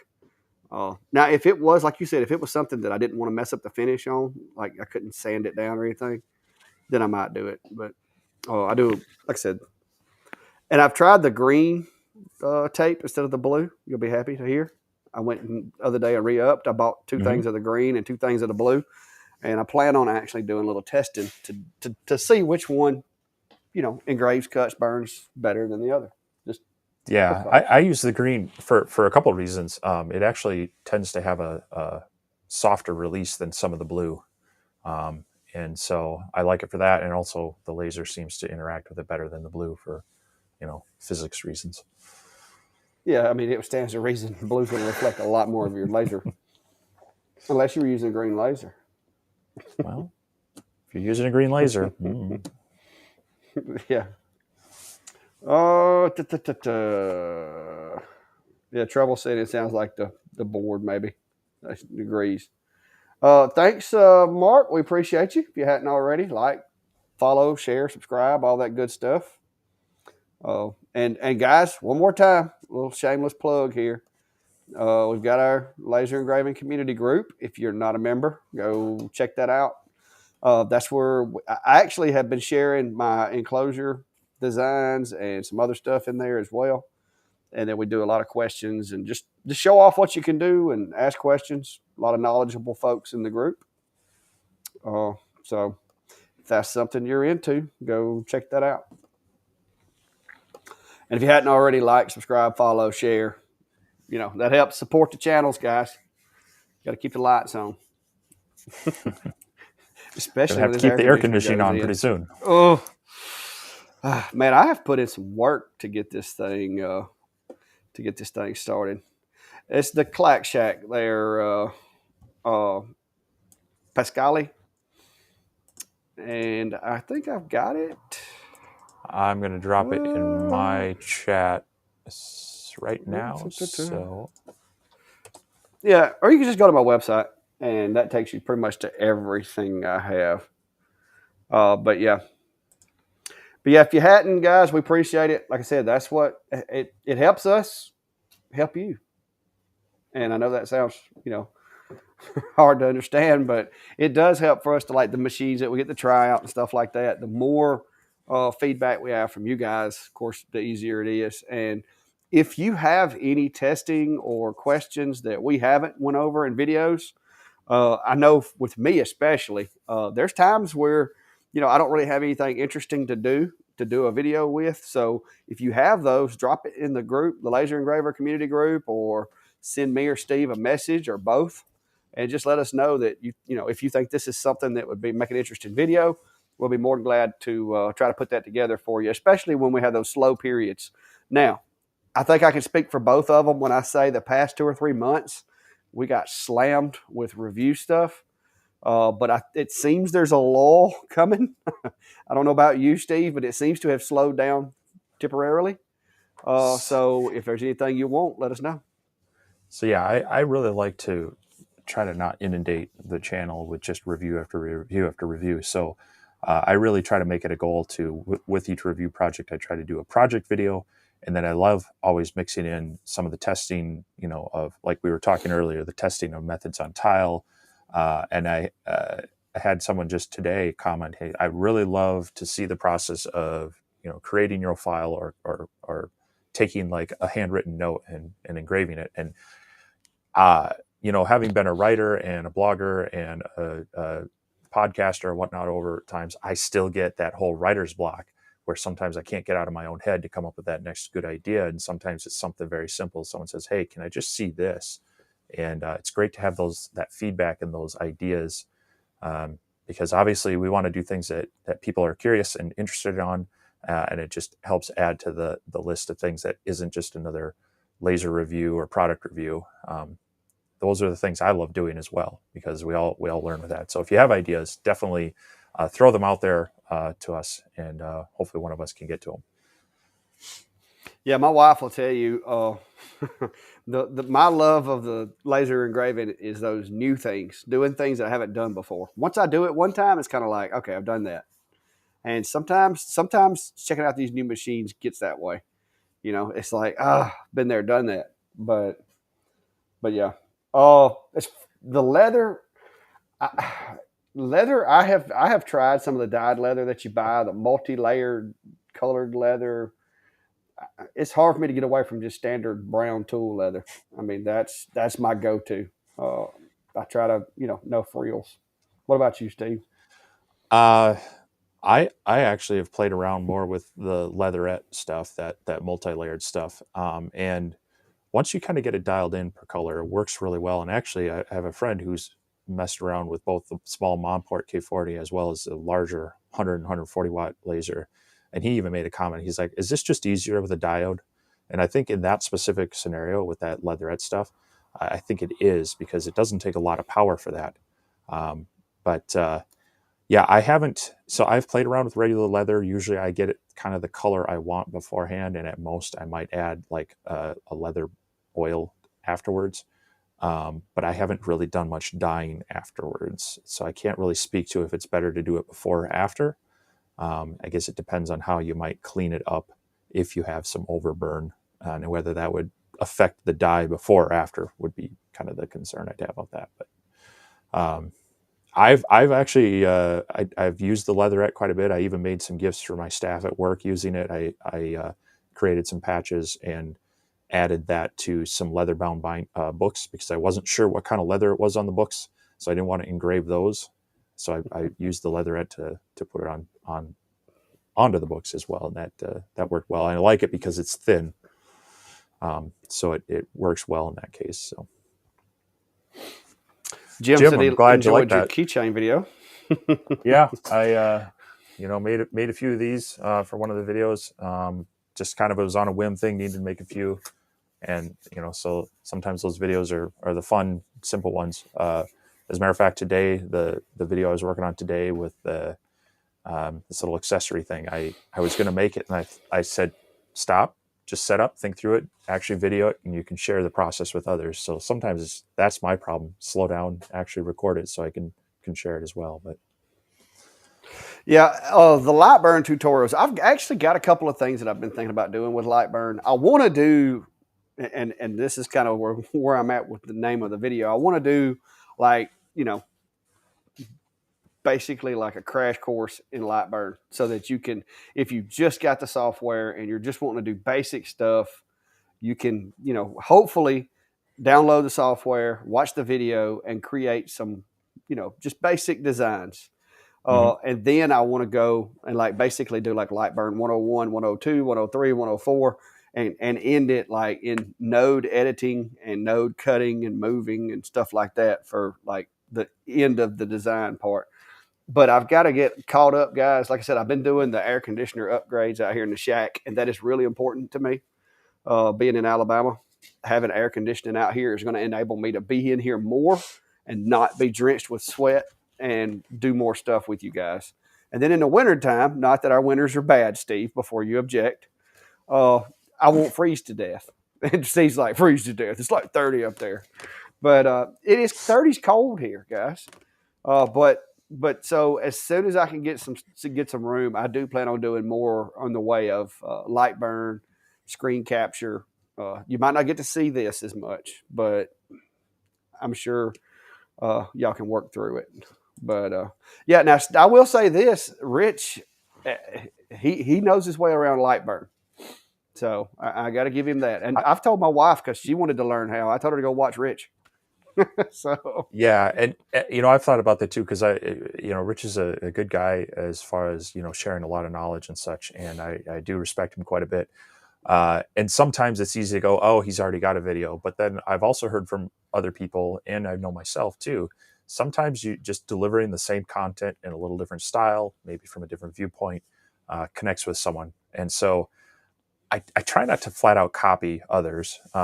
But just put my own spin on something. And so sometimes Clack and I might have similar videos out about things, or I've actually, if he's done one, I might wait to do mine as well, just to put a little space and difference between them. So I agree. I want to do more myself, just kind of how some tips and tricks on it, and I think that'll go over well. yeah, I can say that you can engrave blue jeans. Mm-hmm. Now, waiver. I don't know what long term effect it will have on a pair of jeans that you wear, but it will. You can engrave denim blue jeans, and it will make a kind of a white, like almost like a Clorox bleached design on the material. But I will say that it would seem to me that that laser going through that material could cause like accelerated wear of the material, but you can do it, and it looks cool if you were doing like a purse or something. But I can't speak to the longevity of the material afterwards unless Steve's done it. Have you made a purse out of some blue jeans and engraved it, Steve?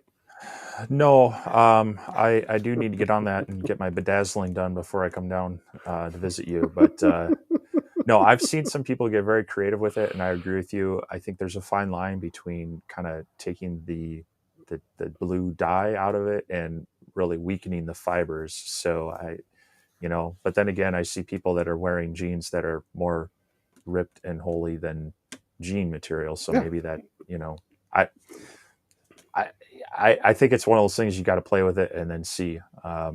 You know, that's the gotcha with some of the stuff. Here's how to do it, and here's how it works. But how does it hold up? You know, 5, 6, 7 months later after you've washed it 2 or 3 times. Yeah, I think what you would have to do is basically run a power grid test. And of course, not all denim's going to be the same. I mean, you could technically go, these are Levi's or these are whatever, but I think you would have to do a power test and run the lowest possible power to get the color. I don't think you want to overkill, because I do think it would, you know, inevitably cause the material to fail. So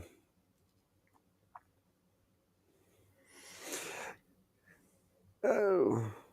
Yeah, Merrill, like I said, I know I'm different. My style and Steve's style are different. Okay. I know people that can't stand to listen to me because I'm a redneck. I talk fast. I move fast. I'm not very detailed. I'm more of the, this is what I got, this is how I make it work kind of guy. And I know people that, you know, would prefer Steve over me because Steve is more detailed. He is more well spoken. His vocabulary is a little better. His beard looks better. So you know, I agree that different people with the same material, like Steve said, I'm going to do more of that. I'm just right now, I'm just kind of waiting on the opening to do so. And But and one thing you can do on YouTube is if you go into the little gear icon, you can actually change the playback speed. So if you drop that down by 25%, or in some cases increase it by 20 to 50%, it can change that to something more tolerable as well. So sometimes just playing with that on YouTube, the playback speed will help with that. But yeah, I'm not going to call anybody out, but there's a couple of channels that I have to watch in like 125% speed. I'm just, and it's I mine, have to isn't it? caffeinate. It's No, me, it's not right? yours. It's not yours. I'm not going to mention it. But I have a slow, guys. I have a really very very short attention span, and if you hesitate too much, I tell my kids all the time, because you know how these younger kids, they, when they're telling a story, they like pause. I don't know if it's like a pause for, you know, suspense or what, but I'm like, if you pause more than 3 seconds, you've lost me, and I'm off to the next subject. So you know, but yeah. Oh, That's yeah. Okay. This is Jason. That's who that is. I was fixing to say, he said he was messaging me a lot. And Jason, yes, you actually have been messaging me quite a bit. But he has an 8-SIR pump that's doing like a little squeal almost. And I checked mm, mine. Mine does not make that noise. But they've sent him another one. And the one that he got, the second one he got, is still doing the squealing. And it may just be something in the mechanics of it. But, you know, it does definitely, it makes a different noise than mine does. So. Oh, so Jay was uh, asking about. Oh, sorry, did I oh. just bump yours off? Yeah, There we well, go. Beaver Creek, I think Beaver's thinking we're not seeing them, but Beaver sometimes, uh, I don't know I don't know if they're disappearing or not, but I have been seeing your comments, and I'm trying to reply when I can. So, Yeah. Um, but I see you. so colored tiled, I've played around with a few different ones. And yeah, usually I have to put like, you know, the tempera paint on there to get the diode laser to interact with it. Not so much with the CO2, but generally with that, you're going to have the color on the top. And then if it's a porcelain tile, it's going to end up being white underneath. So you can kind of play around with that. But generally, yes, I've, you know, just some tempera paint, brushed on or sprayed on evenly, should work just fine to do some playing in that arena.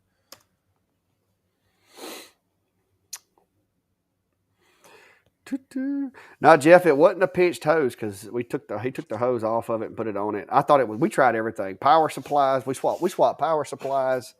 I mean, it's, I don't know. It's a unique whine. It's like a whining. It's almost like a, if there's any mechanics in the room, it's almost like a power steering pump that's just a little bit low of power steering fluid. Hmm. I mean, that's what I'll it have to, sounds like. Oh, I'll have to plug mine in again and run it and see if it's similar. Because yeah. I mean, it I wasn't. remember thinking the Acer pump was very similar to the Atom Stack, but I remember noticing a different noise to it than the Atom Stack. So Yeah. Yeah, Beaver, I am very slow about reading, and these things kind of fly through this little box that me and Steve have to look at, so we could miss you, but I'm trying. Uh, I'm going to let you take this one. I have to step away for just a minute. all right. I can make one-offs and projects making.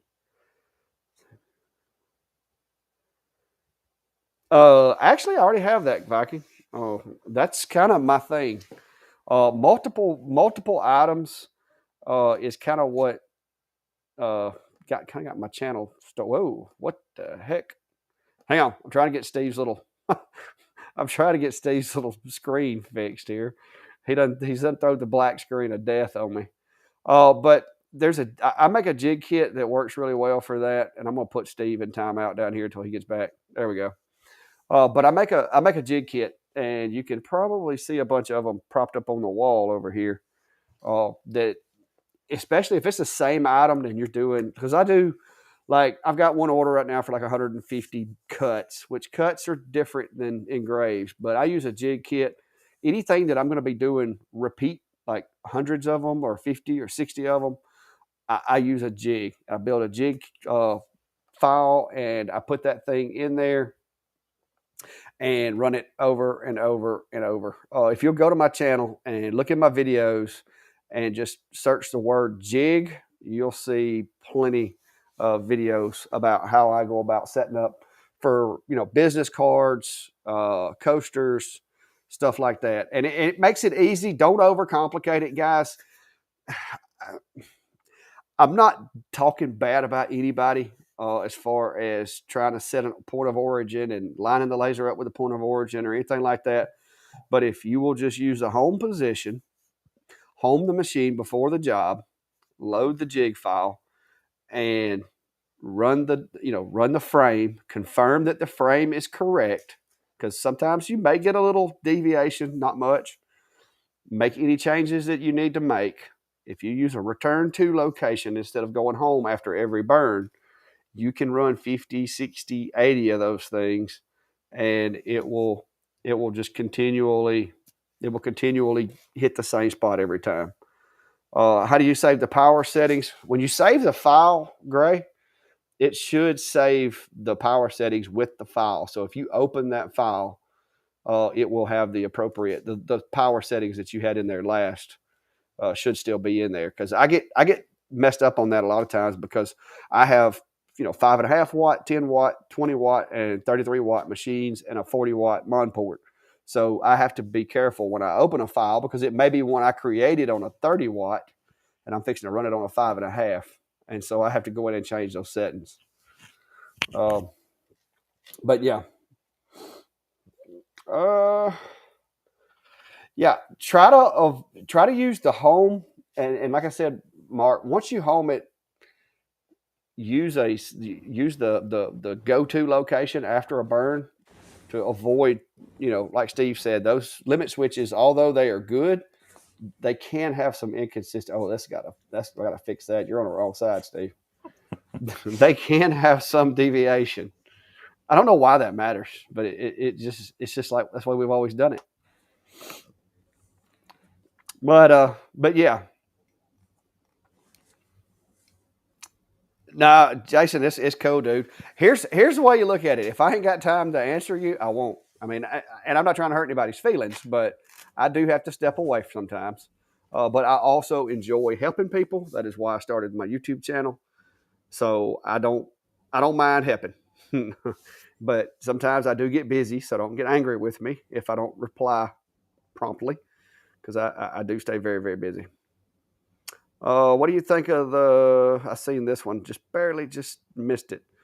Long array 5 10 watt. Well,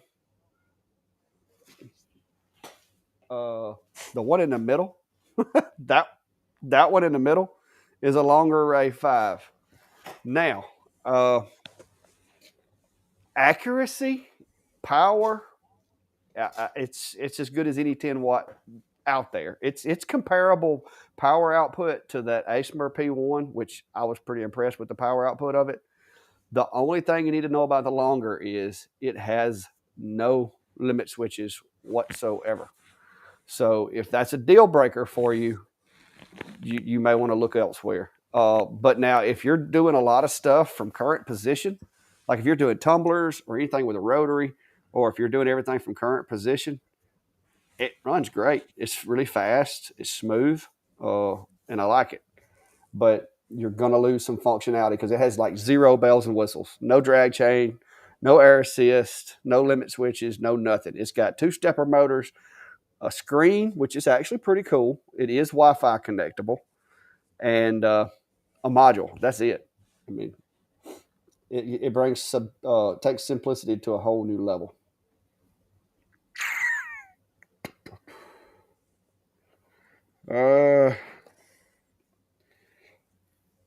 Because I'd have way too many file folders, and I would get lost. I would get so lost. You don't understand how many machines come through here. Yeah, I've already got I think very big. Go ahead.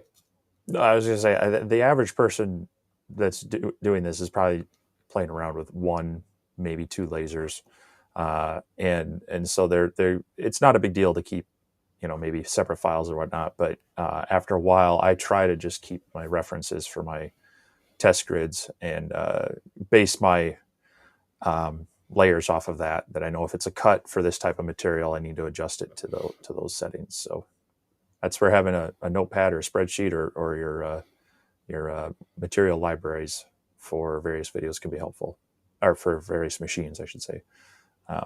Yeah, it can get still a little confusing after you get that long list of machines in Lightburn that you've tested, that keeping them straight. Diplomatic statement? What's I've never really been referred to as diplomatic. I don't know what he's talking about. Maybe it was the if I don't have time, I just won't answer it. Oh, well, I mean, I'm just honest, guys. There's one thing that you can say about me. I'm gonna be honest with you, and I'm not trying to hurt anybody's feelings. That's just me. I mean, Yeah, I mean, I do get busy sometimes. I'm similar. I try to answer most comments on YouTube and such, but sometimes they're just if they're way out of left field, I might just let them sit. Or yeah, but I do try to get back to most of them. Yep. All right, there's one. I knew somebody was going to ask, and Beaver has came through. What do you think about the 2 rotaries? Because well, wait a minute. There it is. The rotary that we tested, which you have you got your Acer one yet? It has shipped. It'll probably arrive. So you haven't received it the day before I leave. But I did take I took the Atom Stack out of the box and looked at it because that's my next step. I've tested the machine. That video will be coming out pretty soon. I need to play with the Atom Stack rotary, and but yeah, I've so from my experience, I've had the RA2 for well over a year. That was one that I was kind of lucky enough to get pre-release on, and then most recently the Ortour Chuck rotary was the latest one I tested. Besides that, so then got the Atom Stack that is in the box, and the Acer is in the mail. Well, I'll save you a little bit of guesswork. When you test the Atom Stack, you can that's basically the Acer. I'm just going to be honest with you. I cannot, other than some cosmetic differences, I cannot find a difference in them. There are there's a slightly different color, and there's some slightly different lines in some of the body work, but the nuts and bolts of it, they both work almost identical. So going along with that, there's the IKEA laser that's coming out, which is kind of like it's been said that it's kind of the high end line of Atom Stack, and if you look at both, the Atom Stack camera and the IKEA camera, they're the same thing. They're just labeled different. Here you also have the Acer looking very similar to Atom Stack with their rotaries, and I believe the IKEA rotary as well is going to look very similar. So there's some interesting threads that are kind of coming together on some of those, that very minor differences. And it'll make it interesting comparing and contrasting them. But Yeah. Well, have you seen the new iCure laser? Mm-hmm. That it looks a lot like the new Acer laser. I've actually So known about that one a lot longer than the new Acer. So that's, you yeah. know, interesting. So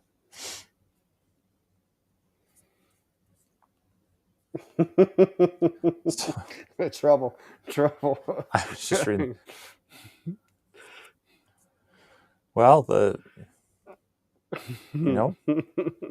a pair of glasses on and take it off. Well, yeah. I tossed mine. Now the Acer, I actually had to sand down the little tip that comes off the bottom of the cone because you know I don't know why they made that thing stick down so far, but they did. Oh, and I sanded about an eighth of an inch off of mine the other day because it caught a piece of wood on one of those long engraves that I did that takes up like this whole sheet of wood. It caught on one of the little pieces that popped up, and it sounded like a train wreck inside that enclosure. And so the next time, matter of fact, I shut the machine down and went and cleaned it and shortened the nozzle and Mm-hmm. made a video. But Now, yeah, if I could make it any shorter, I would. I don't know if you looked closely at the Atom Stack A30 cone, but it's got some interesting stuff going on in there. Mm-hmm. And Yeah. I showed off in my video that I need to finish off and get released in a day or two. But I kind of like that design, but it might limit how much you can shave that cone down. Yeah. Yeah, it's but now that I will say that machine, man, have you really played with the how deep that thing will go before the focus like starts getting out of whack? Well, sneak Because preview, I cut through 3/4 inch pine. mm-hmm. Pretty The focus on pretty that one. cleanly. So what I'm saying is if you had a problem with that, you could lift that thing up, extra couple of millimeters out of focus Mm-hmm. and still have plenty of penetration for 1/4 inch, 3/8 inch material. So yeah, that thing was impressive. I will say. Uh, yeah. Yeah, it sounds like a train wreck happening in there. And you're like, oh my gosh. And see, my biggest thing, it wasn't that I just ruined a piece of plywood. I was imagining in my head belts snapping, things twisted and getting out of adjustment. And I'm like, man, this has just destroyed my machine. But yeah. So now take that with a CNC machine with a bit that grabs the wood that's now come unattached from whatever holding fixture you have. That'll wake you up. Turns into a propeller.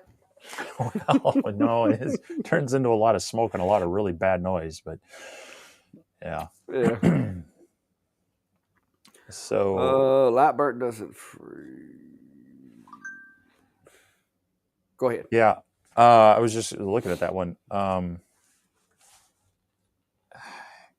So do you let it finish homing? I mean, what I would do is I would bring up the console window and hit the home button and watch the console within Lightbird and see what it's saying in there. Sometimes if you try to send a second command or something tries to send a second command while it's doing it, I've seen that kind of hang it up.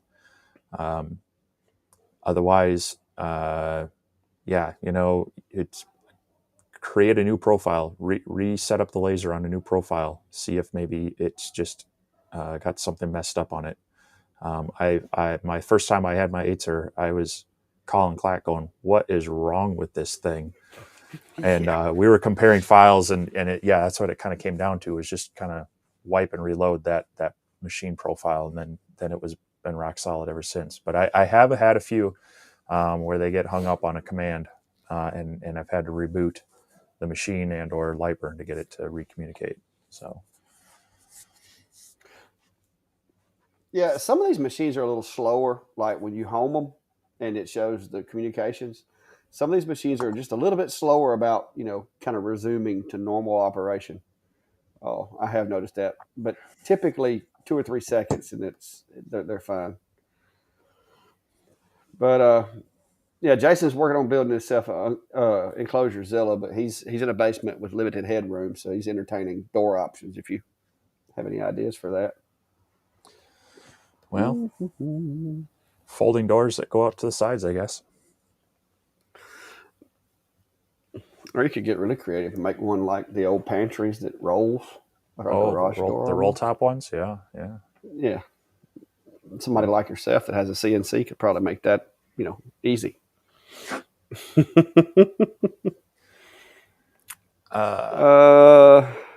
Which machine? Which machine? We like sync that up. Yeah, some machines use fairly standard style extrusions, and at most you might need to modify plates or drill new holes. But get really creative. You can recreate the whole gantry and rail system, and then just bolt your controller onto it. But generally, if you're not too into tinkering around with a lot of that stuff, I would stick with what's available. So, like Sculpt Fun has theirs that'll double in both directions to 960 millimeter square. But that's bigger, but that doesn't mean you couldn't cut them down to your size and then just adjust your software to fit. Yeah. Now, if you wanted one that was that big, if you're the Niji Max, I will say this: that Niji Max for out of the box machine, I think it has the largest work area of any machine I've tested so far, and they actually make an extension rail for that thing, which I think extends it to 8 something by 8 something, which would be more than 24 by 24. But I'm supposed to have a set of those extensions coming, but I haven't seen them yet. Let's see where I don't know what they advertise it as. 1150 millimeter. Wow. That's pretty big. Jeez. Yeah. So, yeah. But the Niji would probably be, it's got a work area of, I think, around 17 or 18 inches by 30 inches straight out of the box. But now it's going to be one of those machines that you need to like to tinker. So it's not like the X tool where it comes, already put together and all that. You're going to be putting it together. So Gray's asking about a wish list for Lightburn, and they actually do have a section on their forums, and I'll put that into the chat, where they have kind of a voting system where people can suggest features for Lightburn, and then people can go and vote on them. So, that is there. Mine, one of mine that I love to have is guides that you can drop in as you're designing. So in CAD, normally I can drag from the ruler, put in a guide, and then I can reference off that. So if I want to put another guide 3/4 of an inch over from that, I can, and do it both horizontally and vertically. And I've gotten used to that in both my drawing design software as well as my CAD software. So that would be something I would love to see them incorporate, so that you could just take that mentality of design into it rather than using their tool layer so much. That would be a more simple one that I would like to see implemented. Do you have any feature requests you'd love to see? I still like the idea that we talked about with being able to use multiple cameras to increase the accuracy. That would be the big one. A good one, yeah. That would be, yeah. Yeah. Like where you could have 2 cameras, and then when you set up everything, it would have a little bit better algorithm to ensure a little more accuracy. Yep. Of course, it would cost you twice as much because you'd have to buy 2 cameras, but but I think if you could improve that camera accuracy on the laser, and if it was another inexpensive camera, they're not terribly bad, to really dial in that accuracy, then that would make that feature so much better. Yeah, because that's the only thing. I think sometimes people get misled by the fact that this camera is going to be just spot on every time, and in reality, it's not. It's a very, very useful tool, but it's not the end all to framing by any means. So all I got to say to this is 42. 42? Mm-hmm. What's the meaning of life? If you know, you know. Huh? Okay. I don't know. Was that George W. Bush? No. I'm not going to tell you because I'm waiting to see if anybody else gets it. If not, I'm terrible with numbers. But anyway, guys, we're getting ready to wrap it up here. I don't want to keep Steve up too late. I know he has a curfew and has to be in bed. So if you have any last minute questions or anything we overlooked, and guys, if we overlooked your questions, don't get mad and call us bad names or anything. We try to keep up best we can. Sometimes they slip through because it is very quick. I've tried talking my wife into being like a moderator of sorts to where she could like sit in there and watch for questions and throw them up on the screen for us. I haven't had any success with that yet. I'm guessing a couple people got it. Well, so what was it? Hitchhiker's Guide to the Galaxy. Oh, that's why. I don't. Yeah, not something I'm familiar with. It's a good book. But yeah, there's this big computer that's developed by this ancient alien civilization, and it was asked to compute the meaning of life, and it took billions of years to figure out, and that was the answer. It's 42.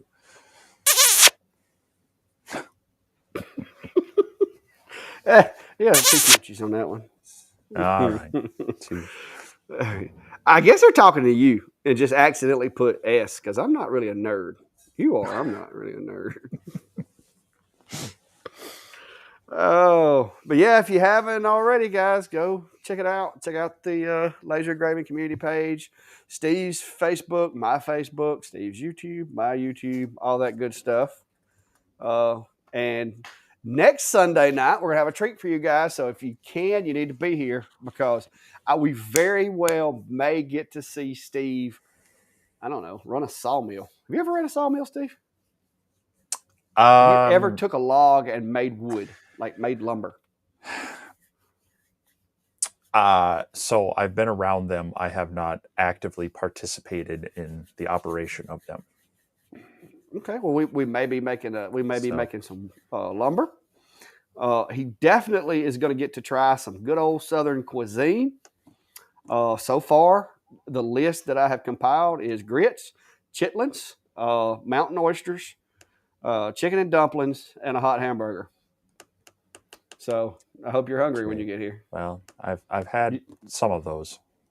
So you know what mountain oysters are? That's you don't not know what one mountain oysters are. I don't. If I've had them, they weren't called that. So, do I want to know? No, you don't want to. They're better with hot sauce. Let's just put it that way. All right. Yeah. All right. Well, I'll let you do your sign off thing. Because that whole. I was trying to figure out what Gray knows what they are. I was going to try to figure out what sort of Minnesotan cuisine I could taunt you with, but it really comes down to tater tot, hot dish, and lutefisk. So, Luda what? Ludicrous? Lutefisk. Lutefisk. I don't know what that is. That's kind of like my buddies from Louisiana with the boudin balls. It's fish, and that's what I'll leave it as. But okay. Anyway, well, if it's fish, I'm good with it. Oh, I don't think you would be. Okay, maybe I'm not.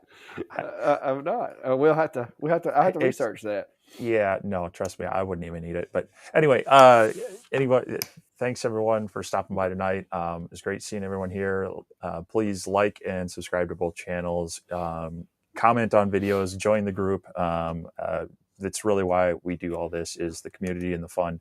So that interaction is what really makes it really that much more enjoyable. So next week it should be interesting. We'll see how it goes, and looking forward to it. Oh, they want you to eat some crawfish. You ever ate crawfish? Oh yeah, sure. We got that up here too.